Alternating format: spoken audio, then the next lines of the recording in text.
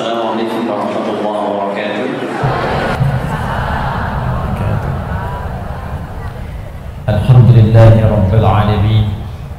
Wassalatu wassalamu ala rasulil karim an-nabiyil amin sayyidina Muhammadin wa ala alihi wa sahbihi wa ummatihi ila yaumiddin. Amma ba'd. فيا عباد الله أوصي نفسي وإياكم بتقوى الله فقد فاز المتقون فلا تموتن إلا وأنتم مسلمون. فقال تعالى يا أيها الذين آمنوا اتقوا الله حق تقاته ولا تموتن إلا وأنتم مسلمون. Para ibu sekalian, saudariku, baik yang di dalam ruangan masjid 1, lantai 2 ataupun di sekitaran halaman masjid yang tadi sempat kami lalui, saya bermohon kepada Allah mengawali kajian ini, semoga seluruhnya mendapat kemuliaan yang sama di hadapan Allah Subhanahu wa taala, dan semoga ta'lim kita hari ini selain mendatangkan rahmat dan barakah dari Allah, juga insyaallah menggugurkan dosa-dosa yang pernah kita kerjakan dalam hidup. Ibu sekalian, teman-teman yang insyaallah senantiasa mendapatkan rahmat Allah Subhanahu wa taala, hari ini kita akan lanjutkan kajian kita terkait dengan faidah atau manfaat ilmu dan pengaruhnya terhadap akhlak. Karena ada beberapa tinjauan-tinjauan kekinian yang nampaknya agak bergeser dari keterangan Al-Quran, bahkan bergeser dari misi utama kenabian Rasulullah SAW. Jadi ketika Nabi SAW, saya ingatkan kembali, mulai diutus oleh Allah untuk menjadi Rasul dan membimbing umat kemudian ke arah yang lebih baik, oleh Allah kemudian diberikan batasan-batasan misinya, batasan-batasan tugasnya. Bahkan tugas ini pun 30 generasi, saya tidak katakan 30 tahun ya, 30 generasi. Satu generasi itu bisa ribuan tahun masanya. Itu sudah ditunjukkan oleh Allah melalui doa Nabi Ibrahim dan doa Nabi Ismail alaihi wassalam. Nanti akan lahir seorang Rasul membawa misi-misi yang utama. Itu disebutkan di Al-Quran surah kedua Al-Baqarah ayat 129 ya, paling kiri sebelah atas di mushaf. Quran surah kedua Al-Baqarah ayat 129. Perhatikan kalimatnya, Rabbana wab'ats fihim rasulan minhum. Ya Allah, mohon nanti utus, lahirkan seorang rasul yang terlahir di lingkungan sekitaran penduduk sini dekat Ka'bah. Jadi Nabi Ibrahim, Nabi Ismail berdoa, bermohon kepada Allah agar kelak nanti lahir Rasul spesial, Rasul istimewa. Karena Rasulnya istimewa, maka dia mesti lahir di tempat yang paling istimewa di bumi.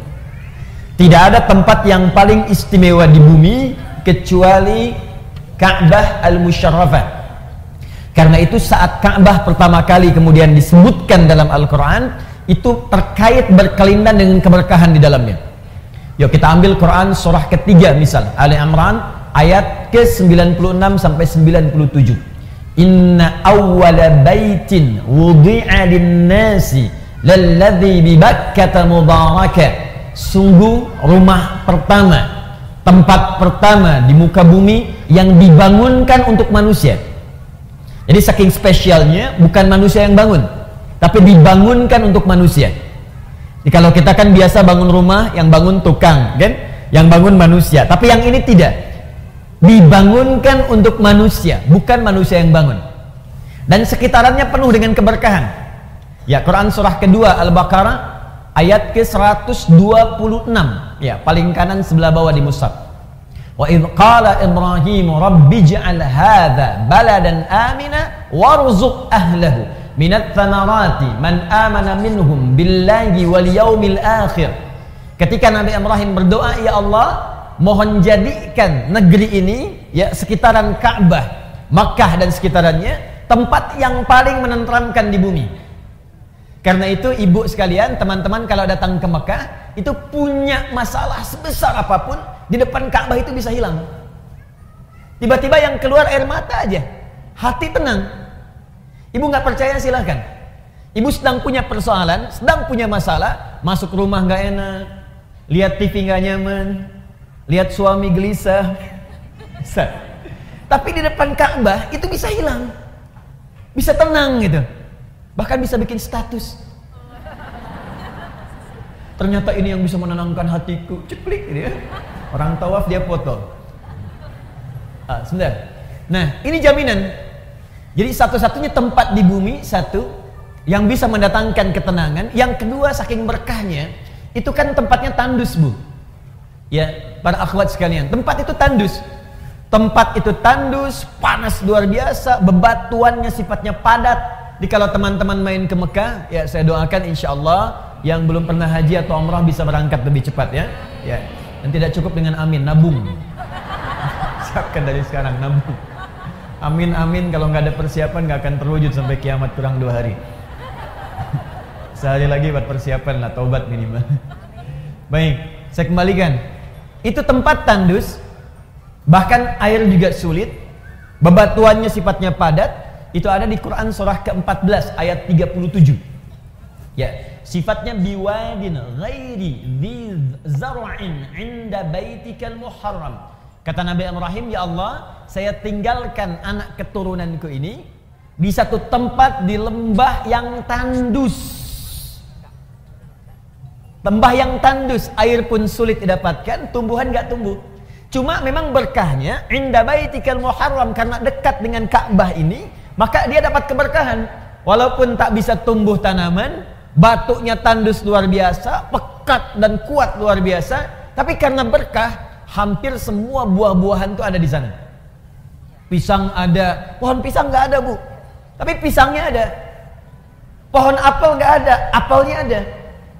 Pohon jeruk nggak ada, jeruknya ada. Itu cuma sekitaran Ka'bah al-Musyarrafah. Karena yang dilahirkan Rasul istimewa, maka kata Nabi Ibrahim, Nabi Ismail, ya Allah, mohon lahirkan seorang Rasul yang istimewa. Saking istimewanya, tempatnya harus di tempat yang istimewa, di dekat Ka'bah al-Musyarrafah. Tidak ada satu Rasul pun dari sejak Nabi Adam alaihissalam yang terlahir di dekat Ka'bah kecuali Nabi Muhammad sallallahu alaihi wasallam. Ya, Nabi Muhammad. Saya pernah tunjukkan kepada ibu dulu, masih ingat? Kalau ini Ka'bah kurang lebih seperti ini. Misal di sini bagian sisi Hajar Aswadnya, kita tarik garis lurus ke sini. Ya, sekitar 250 meter dari Hajar Aswad. Tarik lurus, sini bertemu dengan Bukit Safa. Lantai paling bawah bertemu dengan Babus Salam. Dari Babus Salam naik sedikit ke atas. Di sini ada eskalator pertama, eskalator kedua. Ini ada tangga, ya, tangga biasa. Naik ke atas lurus sampai di sini. Di sini ada rumah yang sekarang menjadi perpustakaan, Al-Maktabah Al-Qadimah, Maktabah Makkah Al-Mukarramah. Sini ada perpustakaan, sini tempat air, ngambil air zam-zam yang menggunakan jerigen. Jerigennya dijual di sebelah sini, ada yang 10 real, ada yang 5 real. Ngambilnya ke sini. Nabi lahir di sini. Tempat ini disebut dengan Maulid Nabi sallallahu alaihi wasallam, tempat dilahirkannya Nabi Muhammad sallallahu alaihi wasallam. Nah, yang ingin saya katakan, ketika keduanya berdoa, Nabi Ismail, Nabi Ibrahim alaihi wassalam, ya Allah, nanti utus seorang Rasul yang lahirnya dekat tempat mulia ini. Ini persis yang dimaksud Nabi Muhammad sallallahu alaihi wasallam. Jadi Nabi Muhammad itu kelahirannya didoakan 30 generasi sebelum lahirnya beliau. Itu ribuan tahun masanya. Nabi Ibrahim ke Nabi Muhammad itu sallallahu alaihi wasallam itu jaraknya 30 generasi, Bu. Ya, Muhammad bin Abdullah bin Abdul Muttalib bin Hashim bin Abdul Manaf bin Qusay bin Murrah bin Kilab bin Ka'ab bin Ghalib bin Fihir bin Malik bin Nadar bin Kinan bin Khuzaimah bin Mudrikah bin Ilyas bin Nizar bin Mudar bin Ma'ad bin Adnan bin Addi bin Adri bin Muqawwam bin Nahur bin Tarikh bin Ya'rub bin Yasjub bin Nabit bin Ismail alaihissalam bin Ibrahim alaihissalam. 30. Ayo diulang. 30 generasi. Nah, apa yang terkait dengan pembahasan kita saat ini? Ketika kemudian berdoa, tidak sekedar berdoa Rasulnya lahir, tapi juga meminta kepada Allah, membawa misi yang utama. Apa misinya? Satu, kembali ke Quran surah kedua Al-Baqarah tadi ayat 129. Perhatikan 4 misinya. Satu, yatslu alaihim ayatika. Ya Allah, mohon perkenankan Rasul ini nanti saat ia ditugaskan menjadi Rasul akan membimbing umatnya dengan ayat-ayatmu, membacakan, mengajarkan kepada umatnya ayat-ayatmu. Yatslu alaihim ayatika. Maka Allah kemudian kabulkan, diturunkanlah ayat-ayat. Mulai Quran surah ke-96 ayat yang pertama, Iqra bismi rabbikal ladzi khalaq, sampai terkumpul dari Al-Fatihah sampai An-Nas. Karena dibacakan, didengar bacaan-bacaan yang dibacakan disebut dengan qiraah. Ya, kalau dibacakan terus tanpa pernah bosan, berulang-ulang disebut dengan Quran namanya. Quran. Kalau beda dengan bacaan biasa mungkin ada yang terus dibacakan tapi bosan. Yang ini dijamin oleh Allah terus dibacakan, terus diulang. Bahkan setiap hari manusia bisa 17 kali mengulangnya dan tidak pernah ada yang bosan. Maka tambah alif lam di depannya menjadi Al-Quran. Al-Quran. Satu-satunya kitab di muka bumi, kitab suci, satu-satunya yang dibacakan 17 kali setiap hari oleh setiap muslim dan tidak pernah ada yang mengeluh bosan. Ibu, siapa yang baca Quran 15 kali sehari? Kebanyakan Ustaz. Baik. Yang 1 kali sehari baca Quran? Ada? Boleh angkat tangan? Masya Allah. 2 kali sehari? Masya Allah. 3 kali sehari? Tidak ada. Berarti ibu sholatnya cuma sekali, 1 rakaat. Berarti sholat subuh tadi 1 rakaat ya? Kan kita baca Al-Fatihah 17 kali sehari. Al-Fatihah Al-Quran bukan? Al-Quran dibaca pasti 17 kali sehari karena jumlah rakaat sholat itu 17 rakaat. Jadi kalau ada yang baca Al-Fatihah cuma sekali sehari, itu artinya sholat subuhnya 1 rakaat. Nah, kembali ke sini. Bukankah semua isi Al-Quran disebut ayat? Ya kan? Al-Fatihah 7 ayat, Al-Baqarah 286 ayat, Ali Imran 200 ayat, An-Nisa 176 ayat. Perhatikan doa Nabi Ibrahim tadi. Yatslu alaihim ayatika, ayat. Ya Allah, mohon utus nanti seorang Rasul yang akan mengajarkan pada umatnya ayat-ayatmu. Maka turunlah Al-Quran, disebut isinya dengan ayat, dikabulkan bagian pertama. Jelas? Nah, karena ini isi Al-Quran seluruhnya itu bimbingan hidup, diajarkan oleh Nabi pada kita.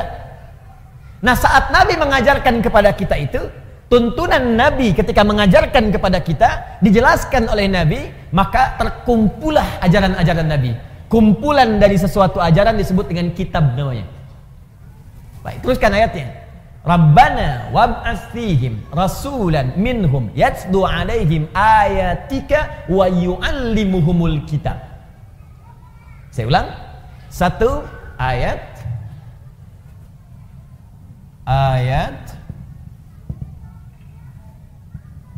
lebih begini. Kedua, wa yu'allimuhumul kitab.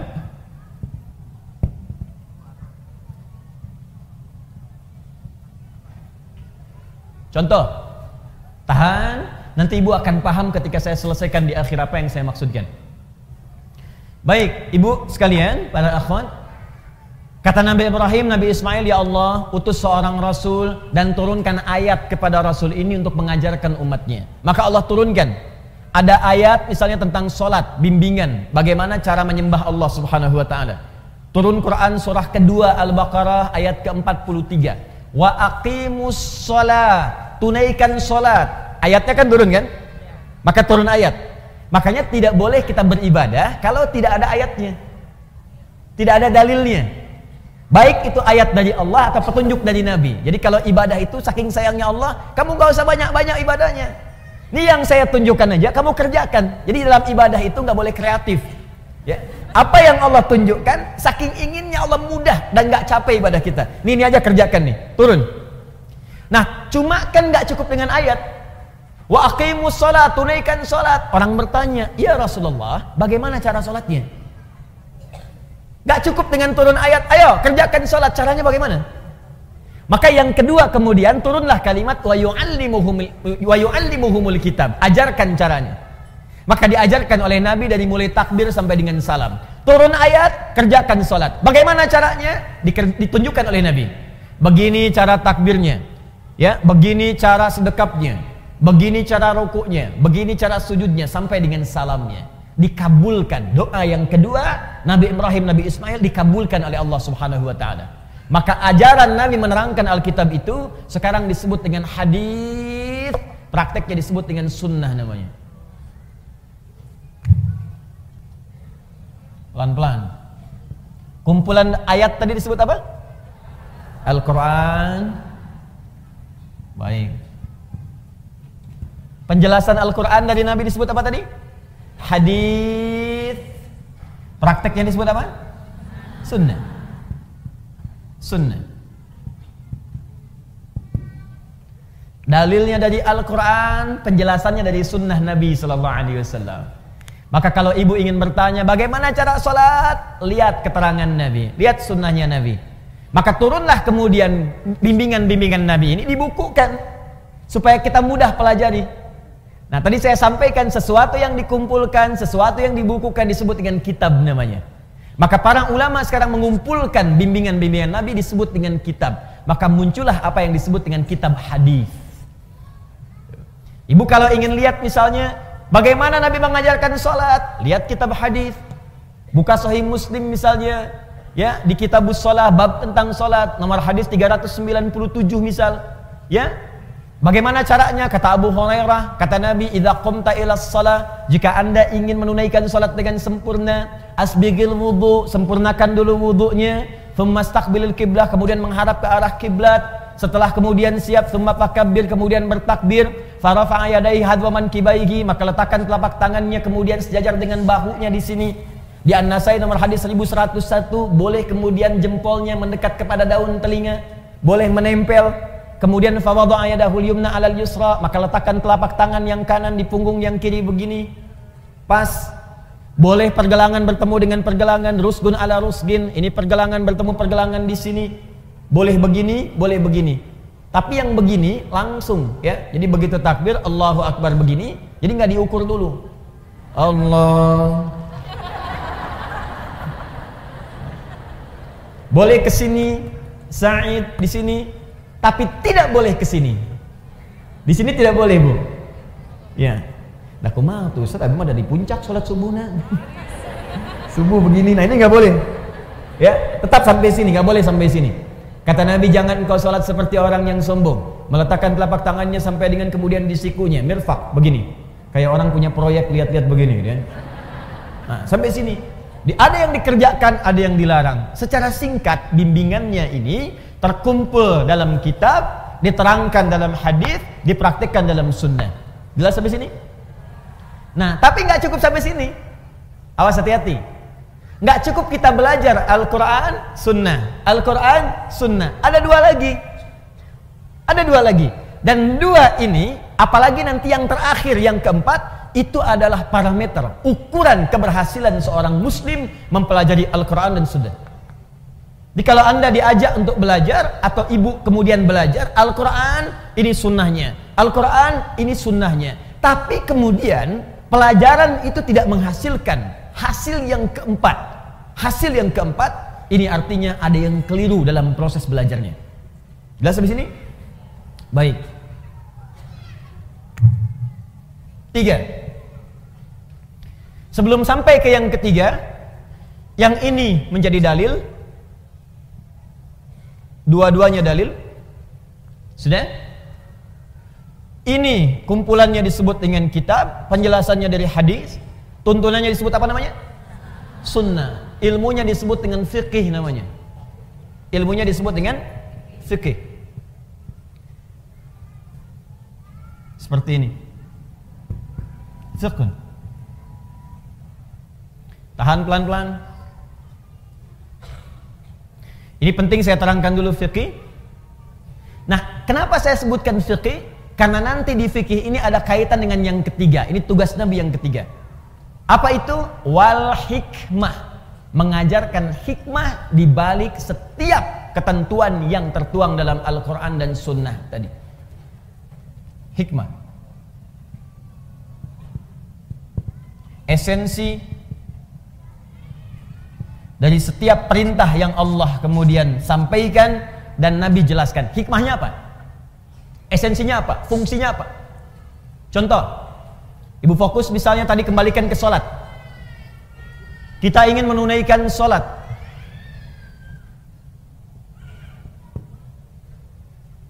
Saat kita akan kerjakan sholat, sholat ibadah bukan? Ibadah. Karena sholat masuk kategori ibadah, maka kita harus melihat ada dalilnya enggak ini. Jelas? Ada ustadz. Kita keluarkan satu, Quran surah kedua misal ayat 43 paling kanan pertengahan, wa aqimus shalah, dan tunaikan oleh kalian salat. Karena ada perintah tunaikan salat, maka kita siap mengerjakan salat. Kemudian yang kedua, caranya bagaimana? Fikih. Caranya, tuntunannya. Maka kita buka keterangan dari Nabi seperti apa Nabi mengajarkan kita sholat. Kita keluarkan misal buka kitab tentang hadis. Kita ambil misalnya di sini Sahih Bukhari dan Muslim, Al-Bukhari dan Muslim. Misal Al-Bukhari nomor hadis 711. Kemudian riwayat Muslim nomor hadis 397, riwayatnya dari sahabat Abu Hurairah. Abu Hurairah ini menerima kemudian peristiwanya dari Khalad bin Rafi Az-Zuraiqi. Khalad. Ada yang menyebut Khalid, ya, Khalad bin Rafi. Hadisnya sahih. Fokus. Ini perintah salatnya. Ini caranya. Kemudian yang terakhir, bagian ketiga, hikmahnya. Apa hikmah di balik perintah salat itu? Apa esensinya? Kenapa kita diminta salat? Fokus baik-baik. Kenapa kita diminta sholat? Toh tidak sholat pun tetap kita menjadi hamba Allah. Tapi kenapa kemudian kita diminta menunaikan sholat? Hikmahnya apa? Esensinya apa? Fungsinya apa? Nah ibu sekalian, dalam hal hikmah ini selalu terkait dengan bagian yang keempat. Fokus baik-baik. Tidak pernah diperintahkan seorang hamba untuk menunaikan ibadah kecuali memiliki hikmah, esensi, makna terkait dengan aspek yang keempat. Al-akhlaq. Akhlaq.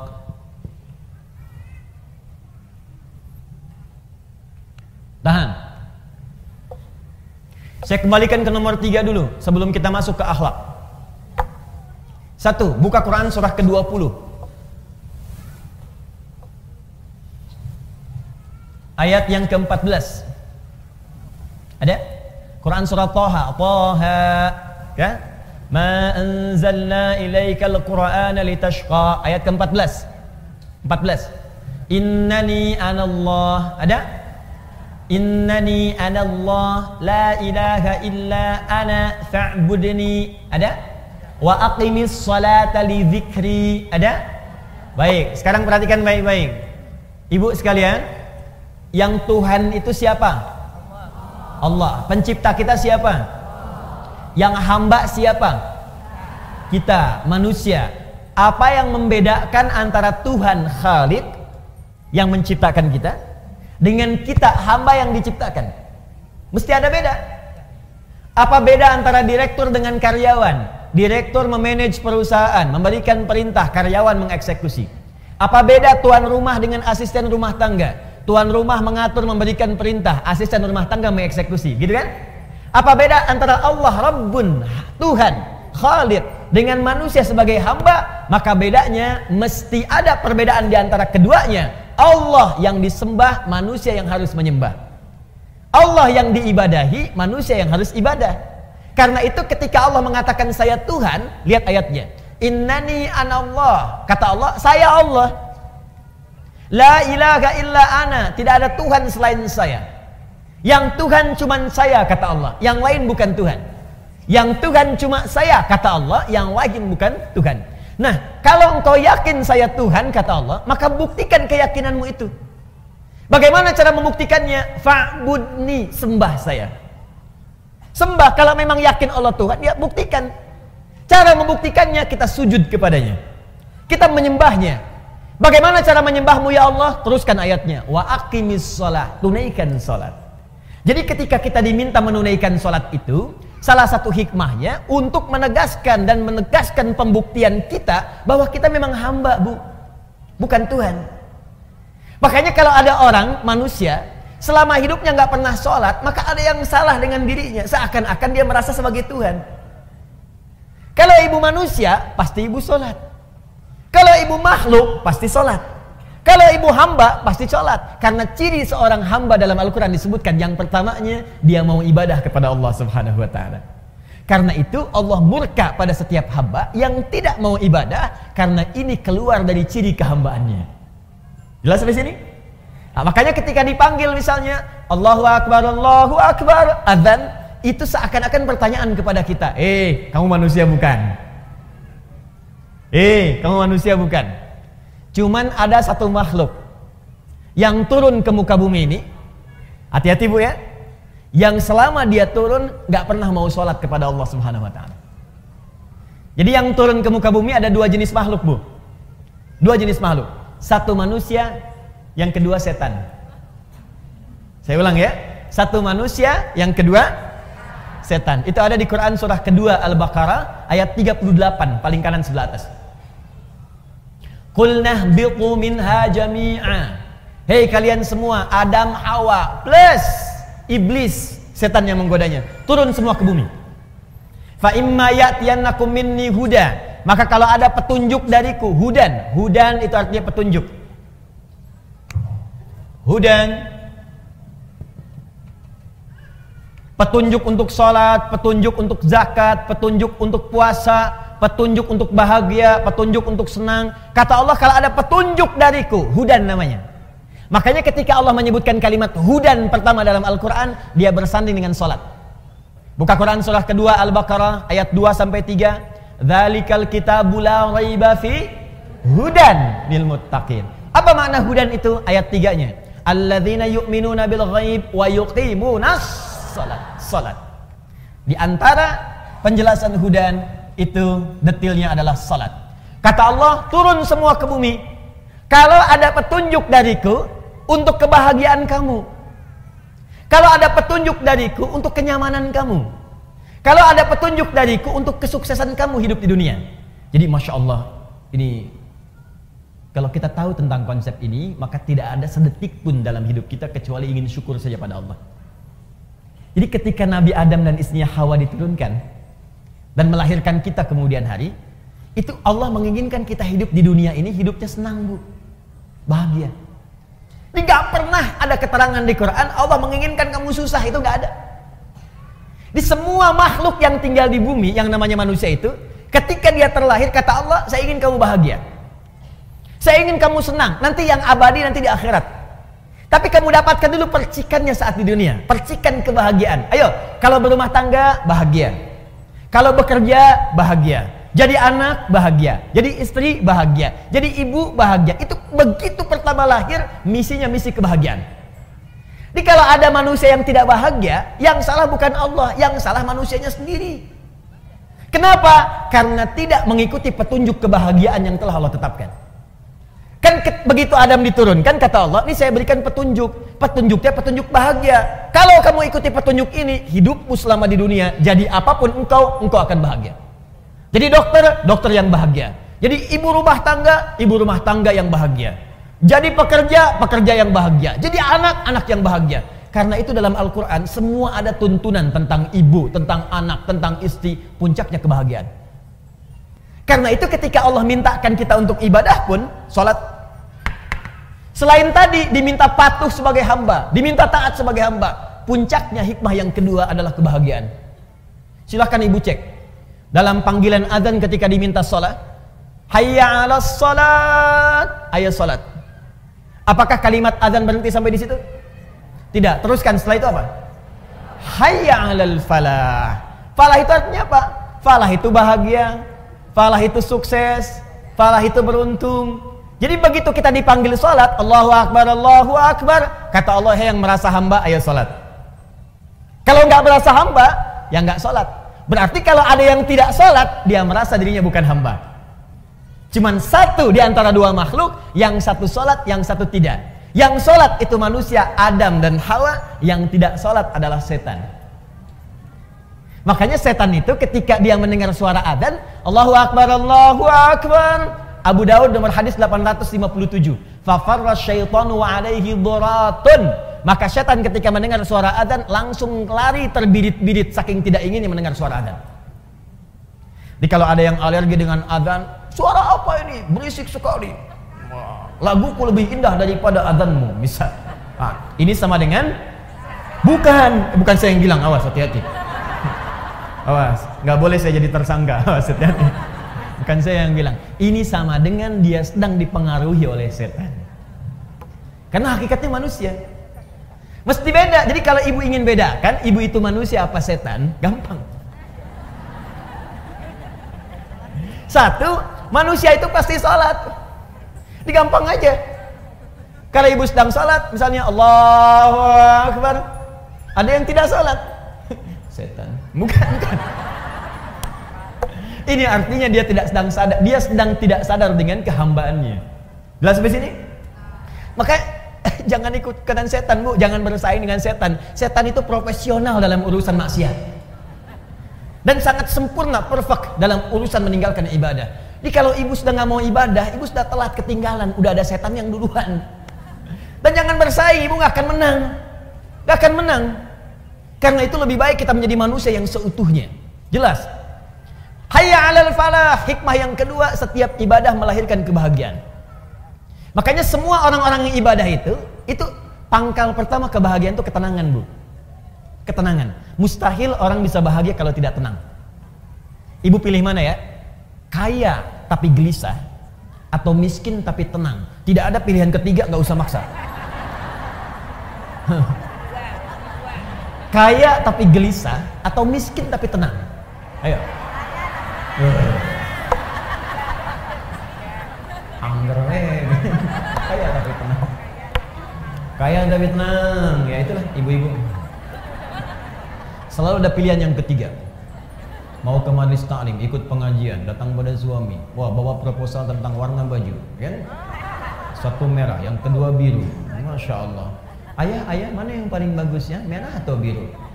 Kayaknya biru deh, Ma. Kayaknya merah deh ya. Nanya tapi udah punya pilihan. Ya. Masih mending kalau dipakai, begitu keluar kuning. Selalu ada pilihan yang ketiga. Gak apa-apa. Gak apa-apa. Nah, kebahagiaan itu pangkalnya ketenangan. Jadi mustahil ada orang bahagia kalau nggak tenang, itu mustahil. Karena itu hikmah ibadah, itu setiap kita menunaikan ibadah pasti ada ketenangan. Ibu kalau nggak percaya silakan. Ibu kalau sedang baca Quran tenang nggak? Tenang. Baca Quran ibadah bukan? Ibu kalau sedang berdoa tenang nggak? Tenang. Jadi berdoa itu walaupun solusi belum datang, tapi ketenangan tiba. Ya Allah, berikan kecerdasan pada anakku. Ya Allah, luluskan ia dalam ujiannya esok. Ujiannya baru besok, tapi ketenangannya sudah ada. Ya Allah, lancarkan pekerjaan suamiku, ya Allah. Ya Allah, tenangkan keadaan jiwa-jiwa kami. Jadi pekerjaan baru besok dikerjakan, tapi ketenangannya sudah tiba. Semua ibadah, pangkal pertamanya melahirkan ketenangan. Makanya ada rumus dalam perkataan para ulama, ibu, kalau sedang tidak tenang, sedang gelisah dalam urusan dunia, ibu berdoa. Atau ibadah. Pilih jenisnya yang mudah kita kerjakan. Misal di rumah tangga ada persoalan, alih-alih ibu bikin status yang tidak jelas. Sekarang banyak peluang dilakukan di media sosial. Ya lebih baik ibu kerjakan ibadah, ambil wudhu, menghadap ke kiblat, buka mushaf, baca. Walaupun solusi belum datang, tapi ketenangan itu akan tiba. Ustadz kalau nulis statusnya sambil baca mushaf gimana? Sama aja salah tuh. Kamu tidak seperti yang aku kira. Nungguin komen gitu kan sampai maghrib. Baca Quran, doa, sholat, ya lakukan pekerjaan itu, ketenangan akan tiba. Nah itu yang dimaksud dengan hikmah, esensinya. Nah tapi ada puncak hikmah. Ini tujuan yang paling tinggi di balik semua perintah ibadah. Dan ini misi yang paling puncak dari setiap misi kerasulan Nabi Muhammad SAW. Fokus baik-baik. Bahkan saking pentingnya misi ini, Nabi sendiri yang menegaskan dengan lisannya. Kalau Adi Hidayat yang menyampaikan, Anda boleh ragukan atau tinggalkan. Tapi kalau Nabi yang sampaikan, beliau Shadiqul Amin, orang yang tidak pernah keliru dan terpercaya dalam hidupnya. Ya, tidak pernah berbuat salah dalam pengertian keliru, apalagi dusta. Maaf, dan beliau senantiasa dipercaya bahkan oleh lawan-lawannya. Shadiqul Amin. Apa perkataan Nabi? Buka dalam kitab Syu'abul Iman, diriwayatkan oleh Al-Imam Al-Baihaqi, dikenal dengan Sunan Al-Baihaqi, kitabnya Syu'abul Iman, nomor hadis 2009 sampai 2010. Fokus. Innama bu'ithu liutammima salihal akhlaq. Sungguh misi utamaku, misi utamaku ketika aku diutus ke muka bumi ini adalah untuk menyempurnakan kemuliaan akhlak. Untuk menyempurnakan kemuliaan akhlak. Jadi misi utama Nabi, kenapa diturunkan Al-Quran kepada Nabi? Untuk membimbing umatnya supaya berakhlak mulia. Kenapa Nabi menjelaskan lewat hadis? Supaya umatnya berakhlak mulia. Kenapa ada hikmah di balik ibadah? Supaya dengan hikmah itu dibimbing kepada akhlak yang mulia. Puncaknya ini. Jika ada orang jujur di bumi, umat Islam mesti lebih jujur. Kalau ada orang tawadhu di bumi, umat Islam mesti yang paling tawadhu. Kalau ada orang sabar di bumi, umat Islam mesti yang paling sabar. Kesempurnaan akhlak. Karena itu, perhatikan baik-baik. Bagian keempat ini, lihat puncaknya. Kembalikan ke Al-Baqarah 129. Rabbana wab'ats fihim rasulan minhum yatslu 'alaihim ayatika, ayat sudah. Wa yu'allimuhumul kitab, kitab sudah. Wal hikmah, hikmah sudah. Yang keempat, wa yuzakkihim, dan menjadikan hati mereka bersih, suci. Kebersihan hati, kebersihan jiwa, itu yang disebut dengan puncak akhlak. Dalilnya, penegasannya di kitab Syu'abul Iman nomor hadis 2009 sampai 2010. Wa yuzakkihim, bersih jiwanya. Kalau jiwanya bersih, maka semua anggota tubuhnya pasti akan berbuat kebaikan. Perbuatan baik yang dikerjakan seluruh anggota tubuh itu yang disebut dengan akhlak namanya. Jelas sampai sini? Sekarang yuk kita buktikan. Saya agak pelan-pelan supaya kita mengerti. Fokus.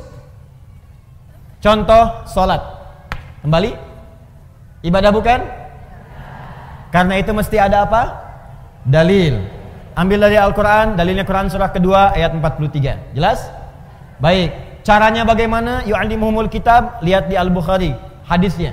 Lihat di Muslim. Ini cara sholatnya. Jadi nggak boleh ngarang-ngarang cara sholat sendiri. Tidak boleh. Yang ketiga, hikmahnya apa? Tadi hikmahnya untuk pembuktian kita sebagai seorang hamba. Misal dalilnya Quran surah ke-20 ayat ke-14. Hikmahnya apalagi tadi? Untuk mendatangkan kebahagiaan. Misal Quran surah ke-23 ayat 1 sampai 2. Qad aflahal mu'minun. Sungguh orang beriman akan menggenggam kebahagiaan dan kesuksesan. Apa amalannya? Ayat keduanya, alladzina hum fi salatihim khashi'un, yaitu orang-orang yang salatnya khusyuk. Di puncak kebahagiaan bisa diraih dengan salat yang khusyuk. Nah, sekarang bagian terakhir. Salat yang baik itu pasti akan berdampak kepada akhlak. Akhlak yang mulia. Maaf, mata orang yang salat pasti baik. Telinga orang yang salat pasti mendengar yang baik. Tangan orang yang salat mengerjakan yang baik. Kaki orang yang salat akan melangkah kepada yang baik. Apa dalil dari semua ini? Semua perbuatan ibadah puncak tertingginya akhlak. Dalilnya diantaranya buka Quran surah ke-29 ayat ke-45.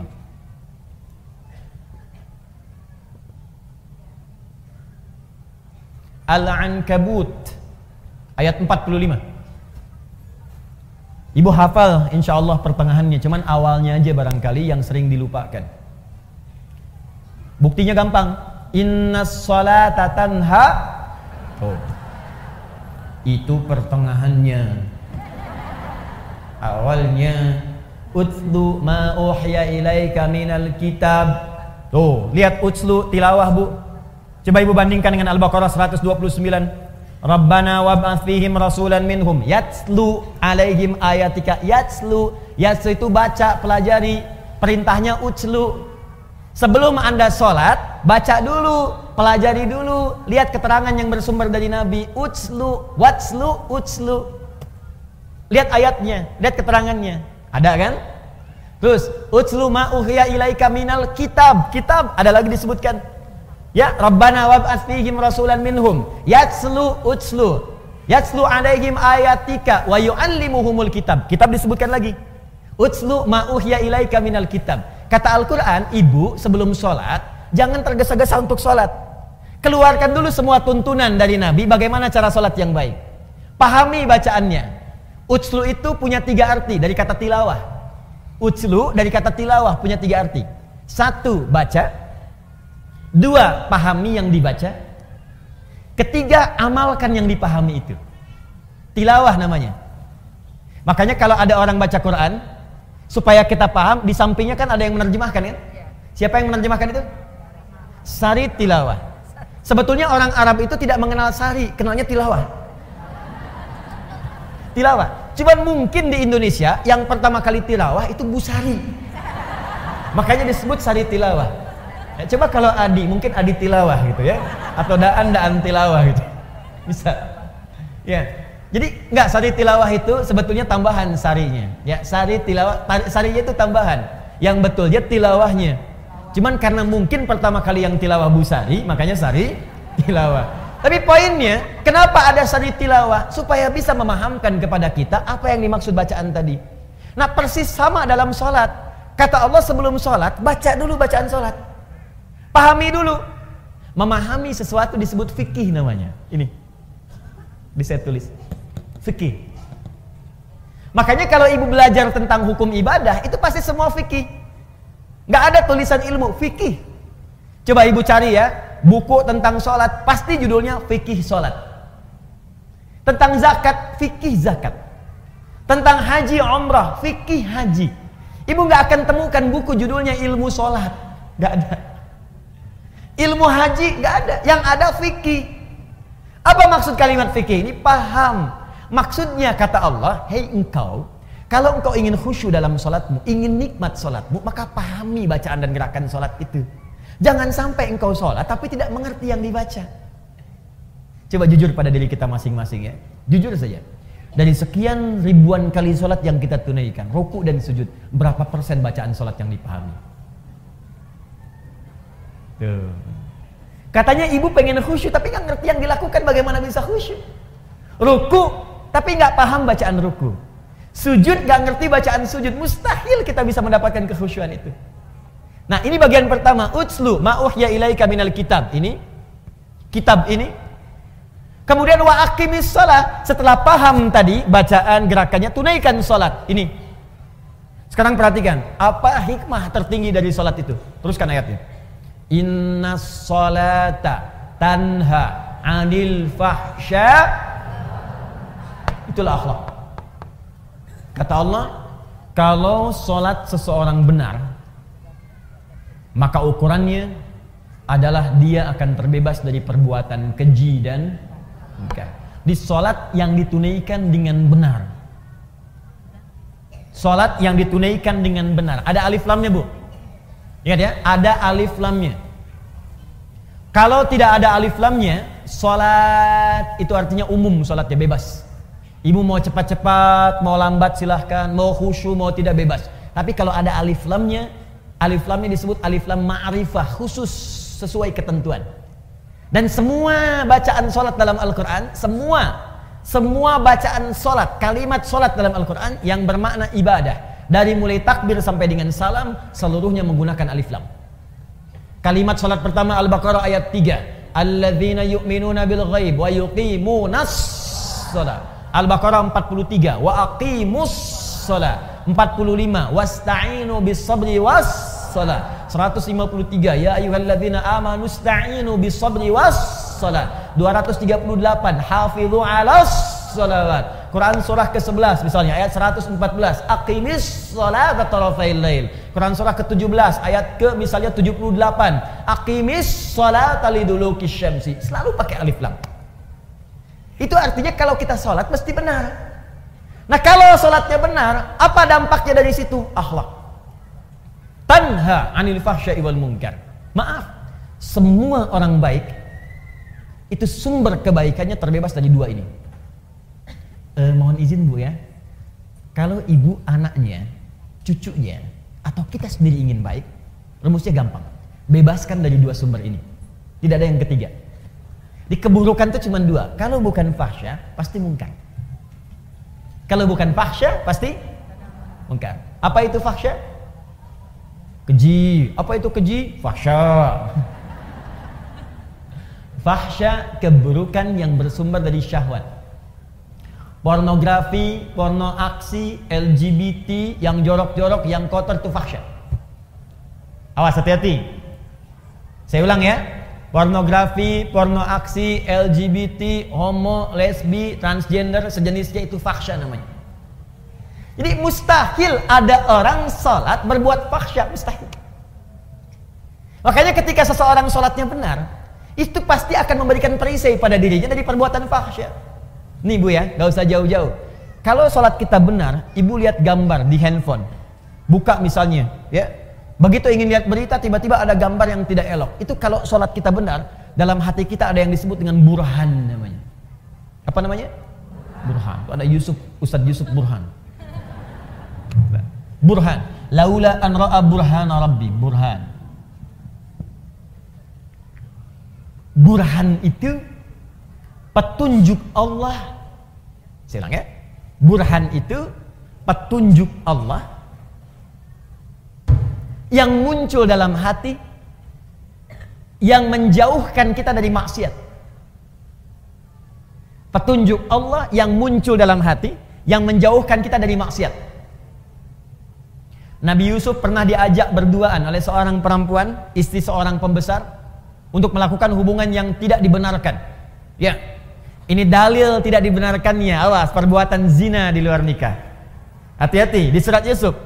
Ya, walaqad hammat bihi, ya, wa hamma biha laula an ra'a burhana rabbi.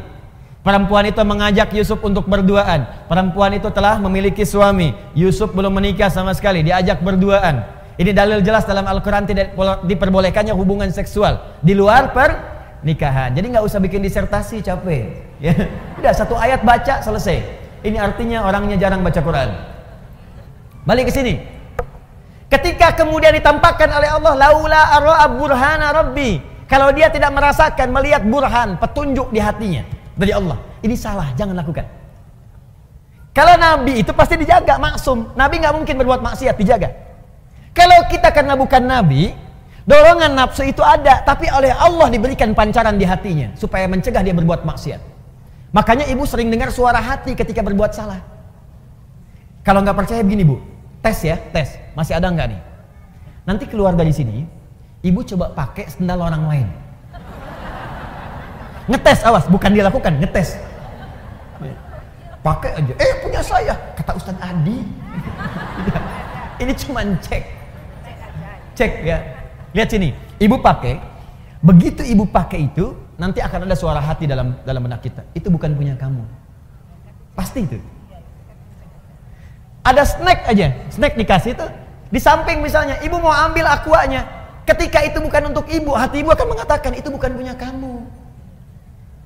Iya, selalu begitu. Itu burhan namanya. Nah makanya orang-orang yang sholatnya bagus, itu pasti sinyal burhannya kuat Bu. Nggak percaya silahkan. Semakin banyak sholatnya, semakin tinggi kualitasnya. Bahkan jangankan yang fardu, sholat sunnah dia buru. Tahajud dia kerjakan, sholat duha dia lakukan, rawatib tidak pernah tinggal, sholat mutlak dia lakukan, semua jenis sholat dia koleksi. Kalau sudah dikerjakan semua ini, demi Allah saya katakan, mustahil dia akan berbuat fahsya, mustahil. Sebaliknya, kalau ada orang masih berbuat fahsya, senang berkata kotor, apalagi berbuat seperti yang tadi, pelaku di pornografi, ada porno aksi, aktif di LGBT, tapi masih kelihatan sholat, itu pasti ada yang salah dalam sholatnya. Ada yang keliru. Karena mustahil sholat itu bersanding dengan perbuatan maksiat, itu mustahil. Jari orang tahiyat tidak akan berbuat maksiat.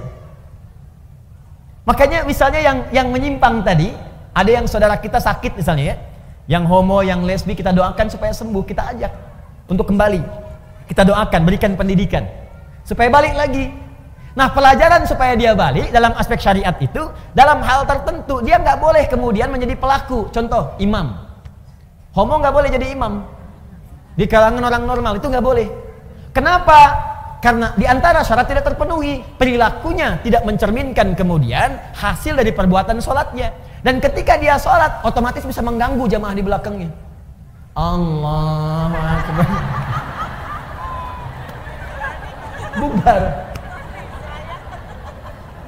Bubar sholatnya. Jelas ya?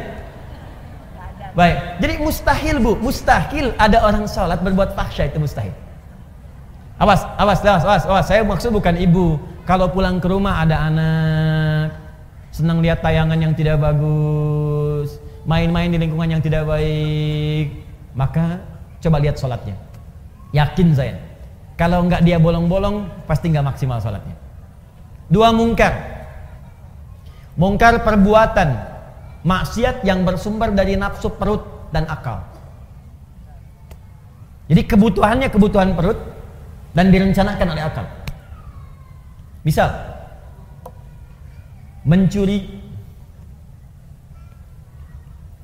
korupsi, mencela, berselisih, berdusta. Awas, itu mungkar. Mencela itu perbuatan mungkar, makanya ada larangan mencela. Quran surah ke-49 ayat yang ke-11, ya ayyuhalladzina amanu la yaskhar qaumin qaum, jangan saling mencela. Gibah itu double, perbuatan mungkar dan fahsya. Gibah Bu.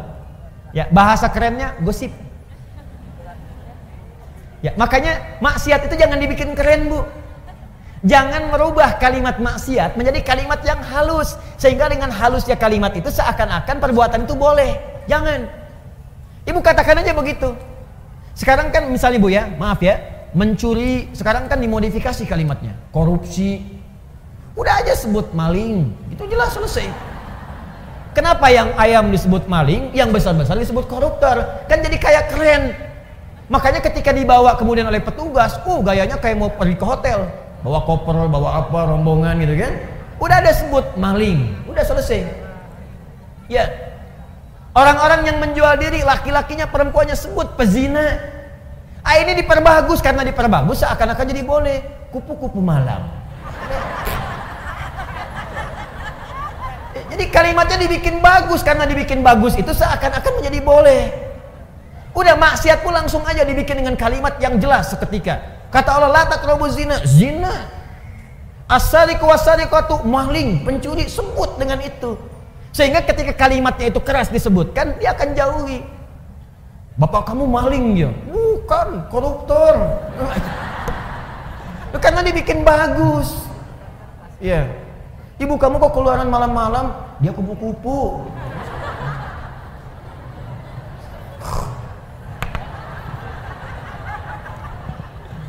Paham? Nah, jadi orang kalau sholatnya benar itu pasti lahirnya akhlak. Dia akan menjauhi perselisihan. Dia akan menjauhi gibah, gosip. Awas Bu. Maaf ya, saya tunjuk ibu karena memang pesan di Qur'annya itu lebih kuat ke perempuan. Laki-laki mungkin, tapi perempuan lebih kuat cenderungannya. Itu ada di surat ibu. Ya, surat An-Nisa ayat 34, paling kiri sebelah atas. Saya lompat sedikit. Quran surah keempat, surat ibu-ibu. Ayat 34, paling kiri sebelah atas. Ar-rijalu qawwamuna 'alan nisa bima faddalallahu ba'dahum 'ala ba'din wa bima anfaqu min amwalihim. Ada ayatnya? Oke, sekarang lihat pertengahan ayatnya. Fas-salihatu, maka istri-istri yang solehah itu, perempuan-perempuan yang solehah itu. Siapa yang ingin jadi perempuan solehah boleh angkat tangan. Baik, sekarang turunkan tangannya. Saya tidak butuh tangannya, tapi yang saya butuhkan adalah kesesuaian dengan ciri ayatnya. Ibu ngangkat sampai ke lantai 2, sampai ke kubah. Kalau nggak sesuai dengan ciri ayat ini, maka tidak akan pernah selaras dengan apa yang Allah inginkan. Nah, sekarang lihat. Fas-salihatu, Ciri istri solihah itu kata Allah yang utamanya ada 2. Satu qanitatun, qanita, jamaknya qanitat. Ibu qanita, apa artinya? Qanitat itu artinya orang yang taat kepada Allah. Kalau dalam konteks istri, orang yang taat kepada Allah dengan cara menaati suaminya pada yang baik-baik menurut Allah. Itu cara memahaminya. Di istri yang solihah itu, dia taat kepada Allah. Bagaimana cara taatnya? Menaati suaminya sepanjang suaminya minta yang baik menurut Allah. Misal, kata suami, "Ma, berhijab ya, insya Allah ya, solihah. Ma, besok ikut taklim ya, insya Allah Pak, solihah. Ma, malam tahajud ya, insya Allah Pak, solihah. Ma, besok baca Quran ya, Pak nanti aja deh, setengah solihah." Ngapain sih Pak Quran melulu? Tidak solihah. Jelas? Nah, jadi ibu, kalau suami minta pada yang baik-baik, ibu cepat kerjakan. Sebetulnya bukan suami yang minta, tapi Allah yang menurunkan lewat perintah itu untuk bertanya kepada Anda. Hei, kamu solihah bukan? Kamu solihah tidak? Tidak Ustadz, saya anak. Bukan namanya, sifatnya. Di ketika lewat kemudian di kalimat ustadz, apalagi di kalimat suami, itu untuk mengecek sifat solihah itu ada tidak. Mama, nanti mama malam tahajud ya. Kalau papa terlampau capek, mama bangun. Papa gimana sih nyuruh tapi tidak dilaksanakan? Jangan lihat kalimat itunya bu. Lihat kalimat perintahnya. Boleh jadi itu titipan Allah untuk menaikkan level solihah ibu. Karena itu ketika suami dipasangkan dengan istri, seringkali Allah kirimkan kemudian karakter-karakter pada suami, perintah-perintah pada suami, sebetulnya untuk menyempurnakan sifat istri. Itu hikmahnya. Dan sebaliknya, diturunkan kemudian pasangan pada istri yang serupa, karena ini kemudian lahan untuk menyempurnakan sifat suami. Makanya pasangan itu pasti sesuai. Dan jangan pernah mengharapkan pasangan orang. Kenapa suami saya tidak seperti ustadz ya? Udah itu jalurnya. Jelas ya? Nah, cirinya itu. Tapi kalau suami memerintahkan kepada yang tidak baik menurut Allah, ibu boleh tolak dengan cara yang lembut. Ma, besok papa ada family gathering di perusahaan. Mama kan tahu level papa di perusahaan. Yang lain gak ada yang pakai jilbab, ma. Lepas dulu lah, paling cuma 30 menit. Ibu boleh tolak dengan cara yang lembut. Pa, pekerjaan rezeki itu sudah Allah atur Pak. Yang belum teratur kan surga kita. Mama khawatir ketika jilbab ini dilepas kita terpisah di surga. Lebih baik kita kenakan ini, dan ini bisa mengantarkan kita pada rezeki yang baik dan ridha Allah Subhanahu wa Ta'ala. Khawatir gimana kalau nanti saat dibuka mama wafat, siapa yang tanggung jawab? Itu lebih indah masuk ke dalam hati dibandingkan dengan celaan dan kagetan. Lepas dulu ya Ma. Apa? Paham ya? Itu begitulah. Walaupun memang tidak mudah. Ustadz juga sama ya. Sama. Makanya jarang Ustadz ceramah bawa istrinya. Itu sangat jarang. Ini live mas. Nanti kita selesaikan di rumah. 2. Nah ini kaitan dengan yang tadi. Hafizatun lil ghaibi bima hafizallah. Jadi istri salihah itu adalah menjaga nama baik keluarga, suami, khususnya ketika tidak sedang bersamanya. Perhatikan baik-baik, yang telah Allah tutupi. Jadi kalau ada aib di rumah tangga, kata Allah jangan buka keluar. Ini jaminan Allah bu ya. Sepanjang ibu tidak buka keluar, maka Allah akan tutup sampai dengan hari kiamat. Makanya kata Nabi, kalau ada peristiwa terjadi malam hari nggak enak, siangnya jangan dibuka, tutup. Kalau ada peristiwa siang, jangan dibuka malamnya. Nah ini yang terjadi seringkali, siang masih dibuka.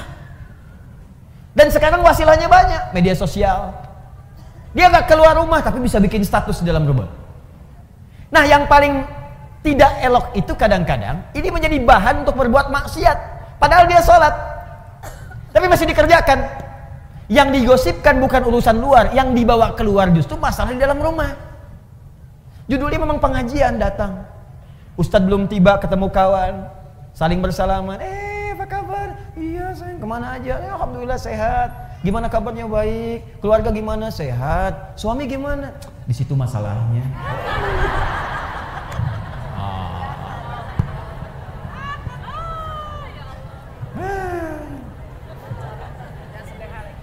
Ya, ingat, gosip perbuatan fahsya sekaligus mungkar. Berselisih mungkar, mencela mungkar, menghina mungkar pada yang bukan tempatnya, karena ada nanti perbuatan yang harus dicela. Ingat, awas, hati-hati. Mohon maaf, mencuri mungkar. Sekarang saya ingin tanya, ini kan baru contoh. Fokus baik-baik. Salat ibadahnya, dalilnya sudah ada, ini prakteknya. Dalilnya ini, petunjuknya ini, hikmahnya ini, puncaknya akhlak. Di akhlak itu puncak dari semua ketentuan yang Allah turunkan kepada kita. Puncak salat, akhlak. Puncak zakat, akhlak. Puncak kemudian baca Quran, akhlak. Dan puncak ilmu pun akhlak. Menuntut ilmu ibadah bukan? Ibadah, makanya dalilnya banyak di Quran. Apa dalilnya? Sepanjang ibadah mesti ada dalil. Banyak dalilnya. Quran surah 96 ayat 1. Iqra bismi rabbikal ladzi khalaq. Dalil menuntut ilmu. Quran surah ke-9 ayat 122. Wa ma kana al-mu'minuna liyanfiru kaffah falaula nafara min kulli firqatin minhum ta'ifah liyatafaqahu fid din. Cara menuntut ilmu. Majlisnya ada. Quran surah 58 ayat ke-11. Ya ayyuhalladzina amanu idza qila lakum tafassahu fil majalisi yafillahu ya fafsahillah yafsahillahu lakum. Fafsahu yafsahillahu lakum. Hei orang-orang beriman, kalau diperintahkan kepadamu, ayo cepat penuhi majlis-majlis, share informasinya, share tempatnya. Siapa yang bisa meluaskan majlisnya akan diluaskan oleh Allah Subhanahu wa taala. Dari mana itu Ustaz tahu ayat ilmu? Teruskan ayatnya. Yarfa'illahu alladhina amanu minkum walladhina utul ilma darajat. Ayatnya ada. Hadisnya utlubul ilma. Ya, talabul ilmi faridatun ala kulli muslim. Menuntut ilmu itu kewajiban dari setiap muslim. Ibnu Majah nomor hadis 233. Man salaka tariqan yaltamisu fihi ilma sahalallahu lahu tariqan ilal jannah. Siapa yang berusaha datang ke majelis ilmu dengan segenap kemampuan dirinya, maka Allah akan catat untuk meringankan langkahnya ke surga. Al-Bukhari Kitabul Ilmi nomor hadis 71. Ya, perhatikan baik-baik. Man yuridillahu fihi khaira yufaqihu fid din. Siapa yang Allah inginkan menjadi orang yang lebih baik, maka dia akan didorong untuk belajar ilmu agama. Al-Qur'annya ada, hadisnya ada, hikmahnya banyak. Ilmu membuat orang lebih pintar, ilmu membuat turun ayatnya la yastawil ladzina ya'lamuna wal ladzina la ya'lamun. Tidak sama orang berilmu dengan yang tidak berilmu. Orang berilmu punya derajat di sisi Allah. Bertauhid harus pakai ilmu. Quran surah 47 ayat ke-19. Fa'lam, mesti punya ilmu. Annahu la ilaha illallah, untuk menetapkan tiada Tuhan selain Allah. Ilmu. Hikmahnya ada. Dalil ada. Hadis ada. Hikmah ada. Puncak terakhirnya akhlak. Jadi kalau ibu belajar ilmu, datang ke pengajian, belajar. Apa yang dipelajari? Al-Quran. Apa yang dipelajari? Sunnah. Tapi ketika Anda keluar dari tempat pengajian itu, Anda belajar Quran dan Sunnah. Tapi ketika keluar tidak membawa akhlak, berarti ada yang salah dengan pelajarannya. Ibu tuh keluar dari pengajian Al-Quran dan Sunnah, tapi ketika keluar kok pandai mencela. Apa yang ibu pelajari?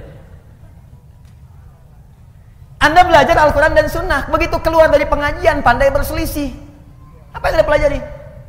Semua sahabat yang belajar dengan Nabi, ketika akan praktek yang dibawa akhlak dulu. Silakan perhatikan baik-baik. Nabi sedang ke masjid, orang-orang mau sholat, tiba-tiba datang seorang Arab Badui. Dia tidak tahu di mana toiletnya. Zaman Nabi nggak seperti masjid TSM seperti ini. Masjidnya bagus, ada karpetnya. Ini tanah. Sulit mencari toilet. Tiba-tiba Arab Badui karena nggak tahu lari ke pojok masjid, buang air kecil di situ. Tiba-tiba Umar, Umar dengan pembawaan karakternya yang tegas, langsung ingin mengeksekusi. Woi, salah. Langsung pengen keluar. Kelihatan oleh Nabi, diajari akhlak oleh Nabi. Umar, biarkan aja. Tapi Nabi ini kan, dia belum tahu. Yang belum tahu diberitahu, bukan dimarahi. Biarkan dia selesai dengan hajatnya, siram dengan air bersihkan. Setelah itu beritahu, tempatnya bukan di sini. Tuh. Indah sekali ibu sekalian. Di banyak kejadian-kejadian yang Nabi contohkan lewat akhlak. Setelah itu Umar belajar. Setelah itu makin bijak, Masya Allah. Bijaknya luar biasa. Dalam setiap keputusannya. Umar setelah menjadi khalifah, Jadi pemimpin, jadi presiden kalau sekarang itu malam-malam selalu belusukan. Di Umar, inisiator belusukan di muka bumi. Belajar dari Nabi dan tidak pernah bawa kamera. Orang sekarang beda-beda dia, tapi Umar lain. Jalan.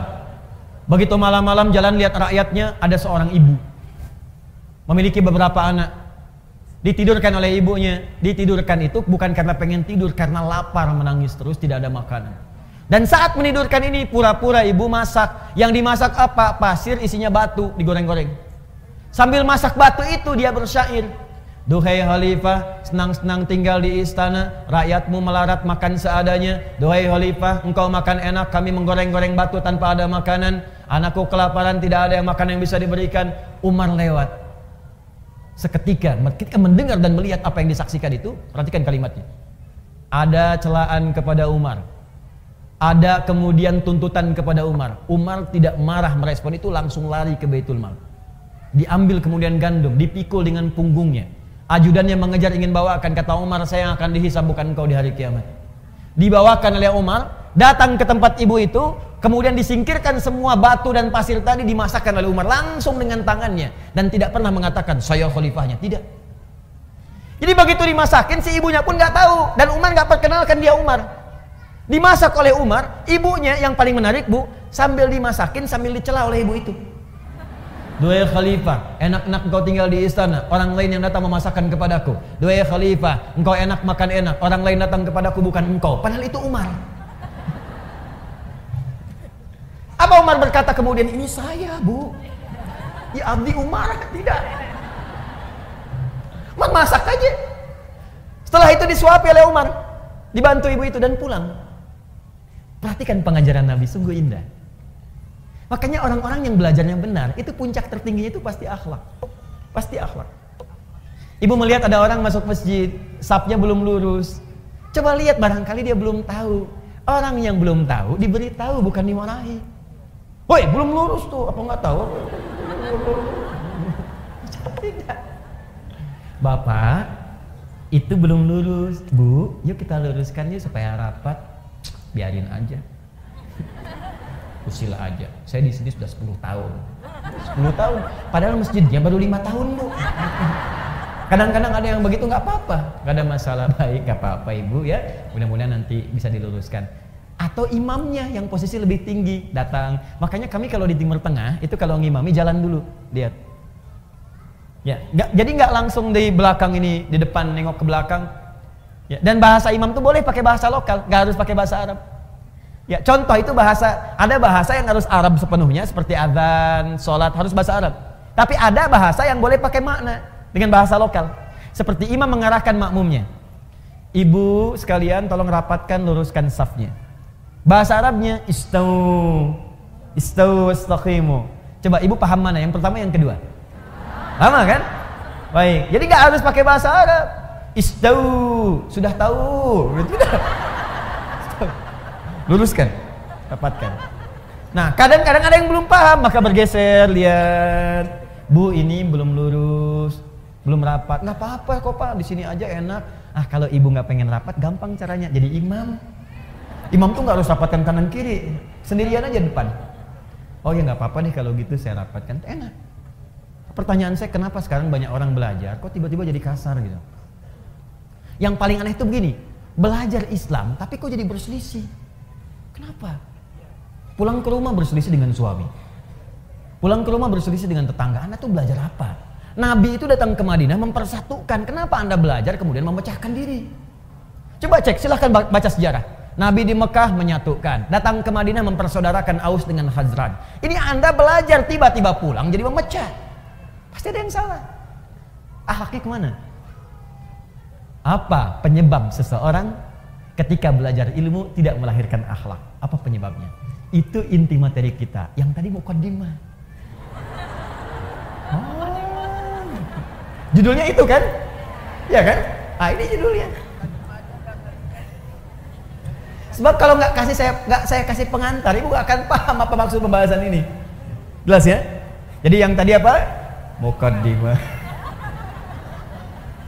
Nggak apa-apa. Sampai jam berapa kita? 12. Oh ya, baik ya. Ya, boleh, boleh. Silakan sampai jam 12, saya jam 10 pulang ya. Mau itikaf sampai jam 12. Ya. Sambil dibantu ya, kita kumpul beramal soleh insyaallah ya. Kumpul beramal soleh. Kemudian saya dengar ada penggalangan dana juga ya untuk Pekanbaru ya, Riau dan sekitarannya yang terkena kabut asap. Silakan beramal soleh dan tidak setiap keadaan demikian. Nanti saya juga akan ikutan insyaallah. Insyaallah akan ikutan. Tapi simpan dulu supaya kita bisa fokus untuk belajar dulu ya. Baik, fokus ini. Satu penyebabnya. Saya akan cepat saja, paling cuma 2 atau 3 poin saja. Ya, 1 poin setengah jam. Satu. Sudah? Apa penyebab orang belajar tidak melahirkan akhlak? Ibu kalau diperluas, ini sampai juga ke tingkat sekolah formal. Kenapa anak sekarang belajar kok senang tawuran, ya kan? Kenapa anak sekarang belajar kok terjerat oleh narkoba? Ya, kenapa anak sekarang belajar kok senang kemudian macam-macam lah yang kira-kira keluar dari norma-norma akhlak. Bahkan yang paling aneh itu begini, kenapa puncak pembelajar kok jadi menyimpang? Tinggi-tinggi belajar S1, S2, kan sekolah di Indonesia S semua. SD, SMP, SMA, S1, S2, S3. S-nya kan banyak tuh sampai dingin kan? Kenapa setelah dia dapat pekerjaan jadi menyimpang? Ilmunya tinggi. Apa ibu kira yang ditangkap KPK itu pangkatnya rendah semua? Tinggi. Yang doktor ada, yang profesor ada, itu tinggi-tinggi belajar. Ngapain tinggi-tinggi kalau hanya ujung-ujungnya itu kemudian pesantren? Ya. Pesantren perubahan akhlak gitu kan? Ya kenapa Anda usaha tinggi-tinggi, sekolah tinggi-tinggi kalau ujung-ujungnya hanya untuk berbuat maksiat? Tangan orang taat, orang sholat itu mustahil berbuat maksiat. Telunjuk kita kan dipakai tahiyat, Bu. At-tahiyatu lillah, at-tahiyatul mubarakatuh, salawatut thayyibatu lillah. Mau pakai 1, 2 dari 7 versi bebas. Yang penting ketika tahiyat, ini jari telunjuk itu nunjuk. Makanya jari ini kalau dipakai sholat gak akan maksiat. Akan maksiat. Yang gampang-gampang bikin status yang jelek kan pakai jari. Kalau gitu saya pakai ini aja nanti besok. Pakai jari. Nulis, angkat telepon, pakai jari itu ngangkat. Makanya jari orang sholat nggak akan berbuat maksiat, mustahil. Mustahil berbuat maksiat. Cek suami ibu pulang ke rumah. Kalau membawa sesuatu yang maksiat yang salah, tanyakan, Papa sholat nggak? Sholat mah, kan mama lihat. Pak, tangan orang sholat mustahil berbuat maksiat. Tapi tawarannya tinggi mah, mustahil. Gimana kalau ditawarin 9 miliar? Katakan, Pak, tangan orang tahiyat tidak akan pernah berbuat maksiat. Gimana kalau 900 miliar? Nanti mama istikharah dulu.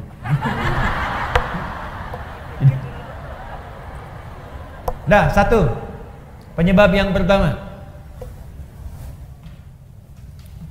Tidak lurusnya niat. Tidak lurusnya niat karena Allah. Tuh, kaget bayi itu. Wow, kan? Ibu masih ingat ayat pertama yang diturunkan kepada Rasulullah apa bunyinya? Iqra, bukan. Ibu salah dapat informasi. Ayat pertama yang diturunkan kepada Nabi Muhammad SAW ternyata bukan Iqra. Ibu salah dapat informasi. Ternyata Iqra bismi rabbikal ladzi khalaq. Ayat pertama.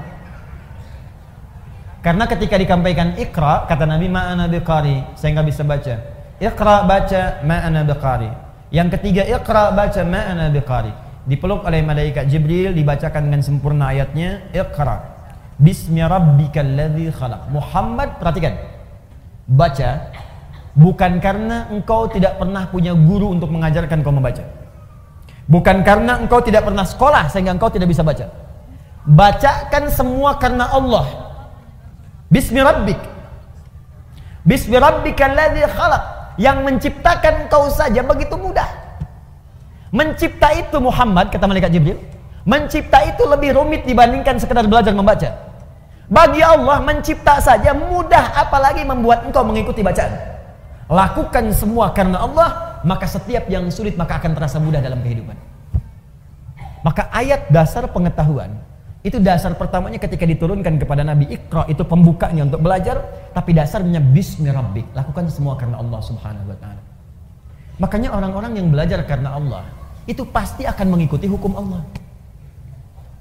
Ibu melakukan sesuatu karena Allah. Kalau ibu melakukan sesuatu karena Allah, pasti ketentuan Allah diikuti. Kata Allah, sopan, sopan. Kata Allah toleran. Kata Allah baik, mustahil orang belajar karena Allah tapi melanggar ketentuan Allah, itu mustahil. Itu mustahil. Makanya orang-orang yang ingin belajar itu Ibu, belajar ilmu, itu pasti pertama kali akan diajarkan oleh ulama tentang adab, ketentuan cara belajar ilmu menurut ketentuan Allah Subhanahu wa taala.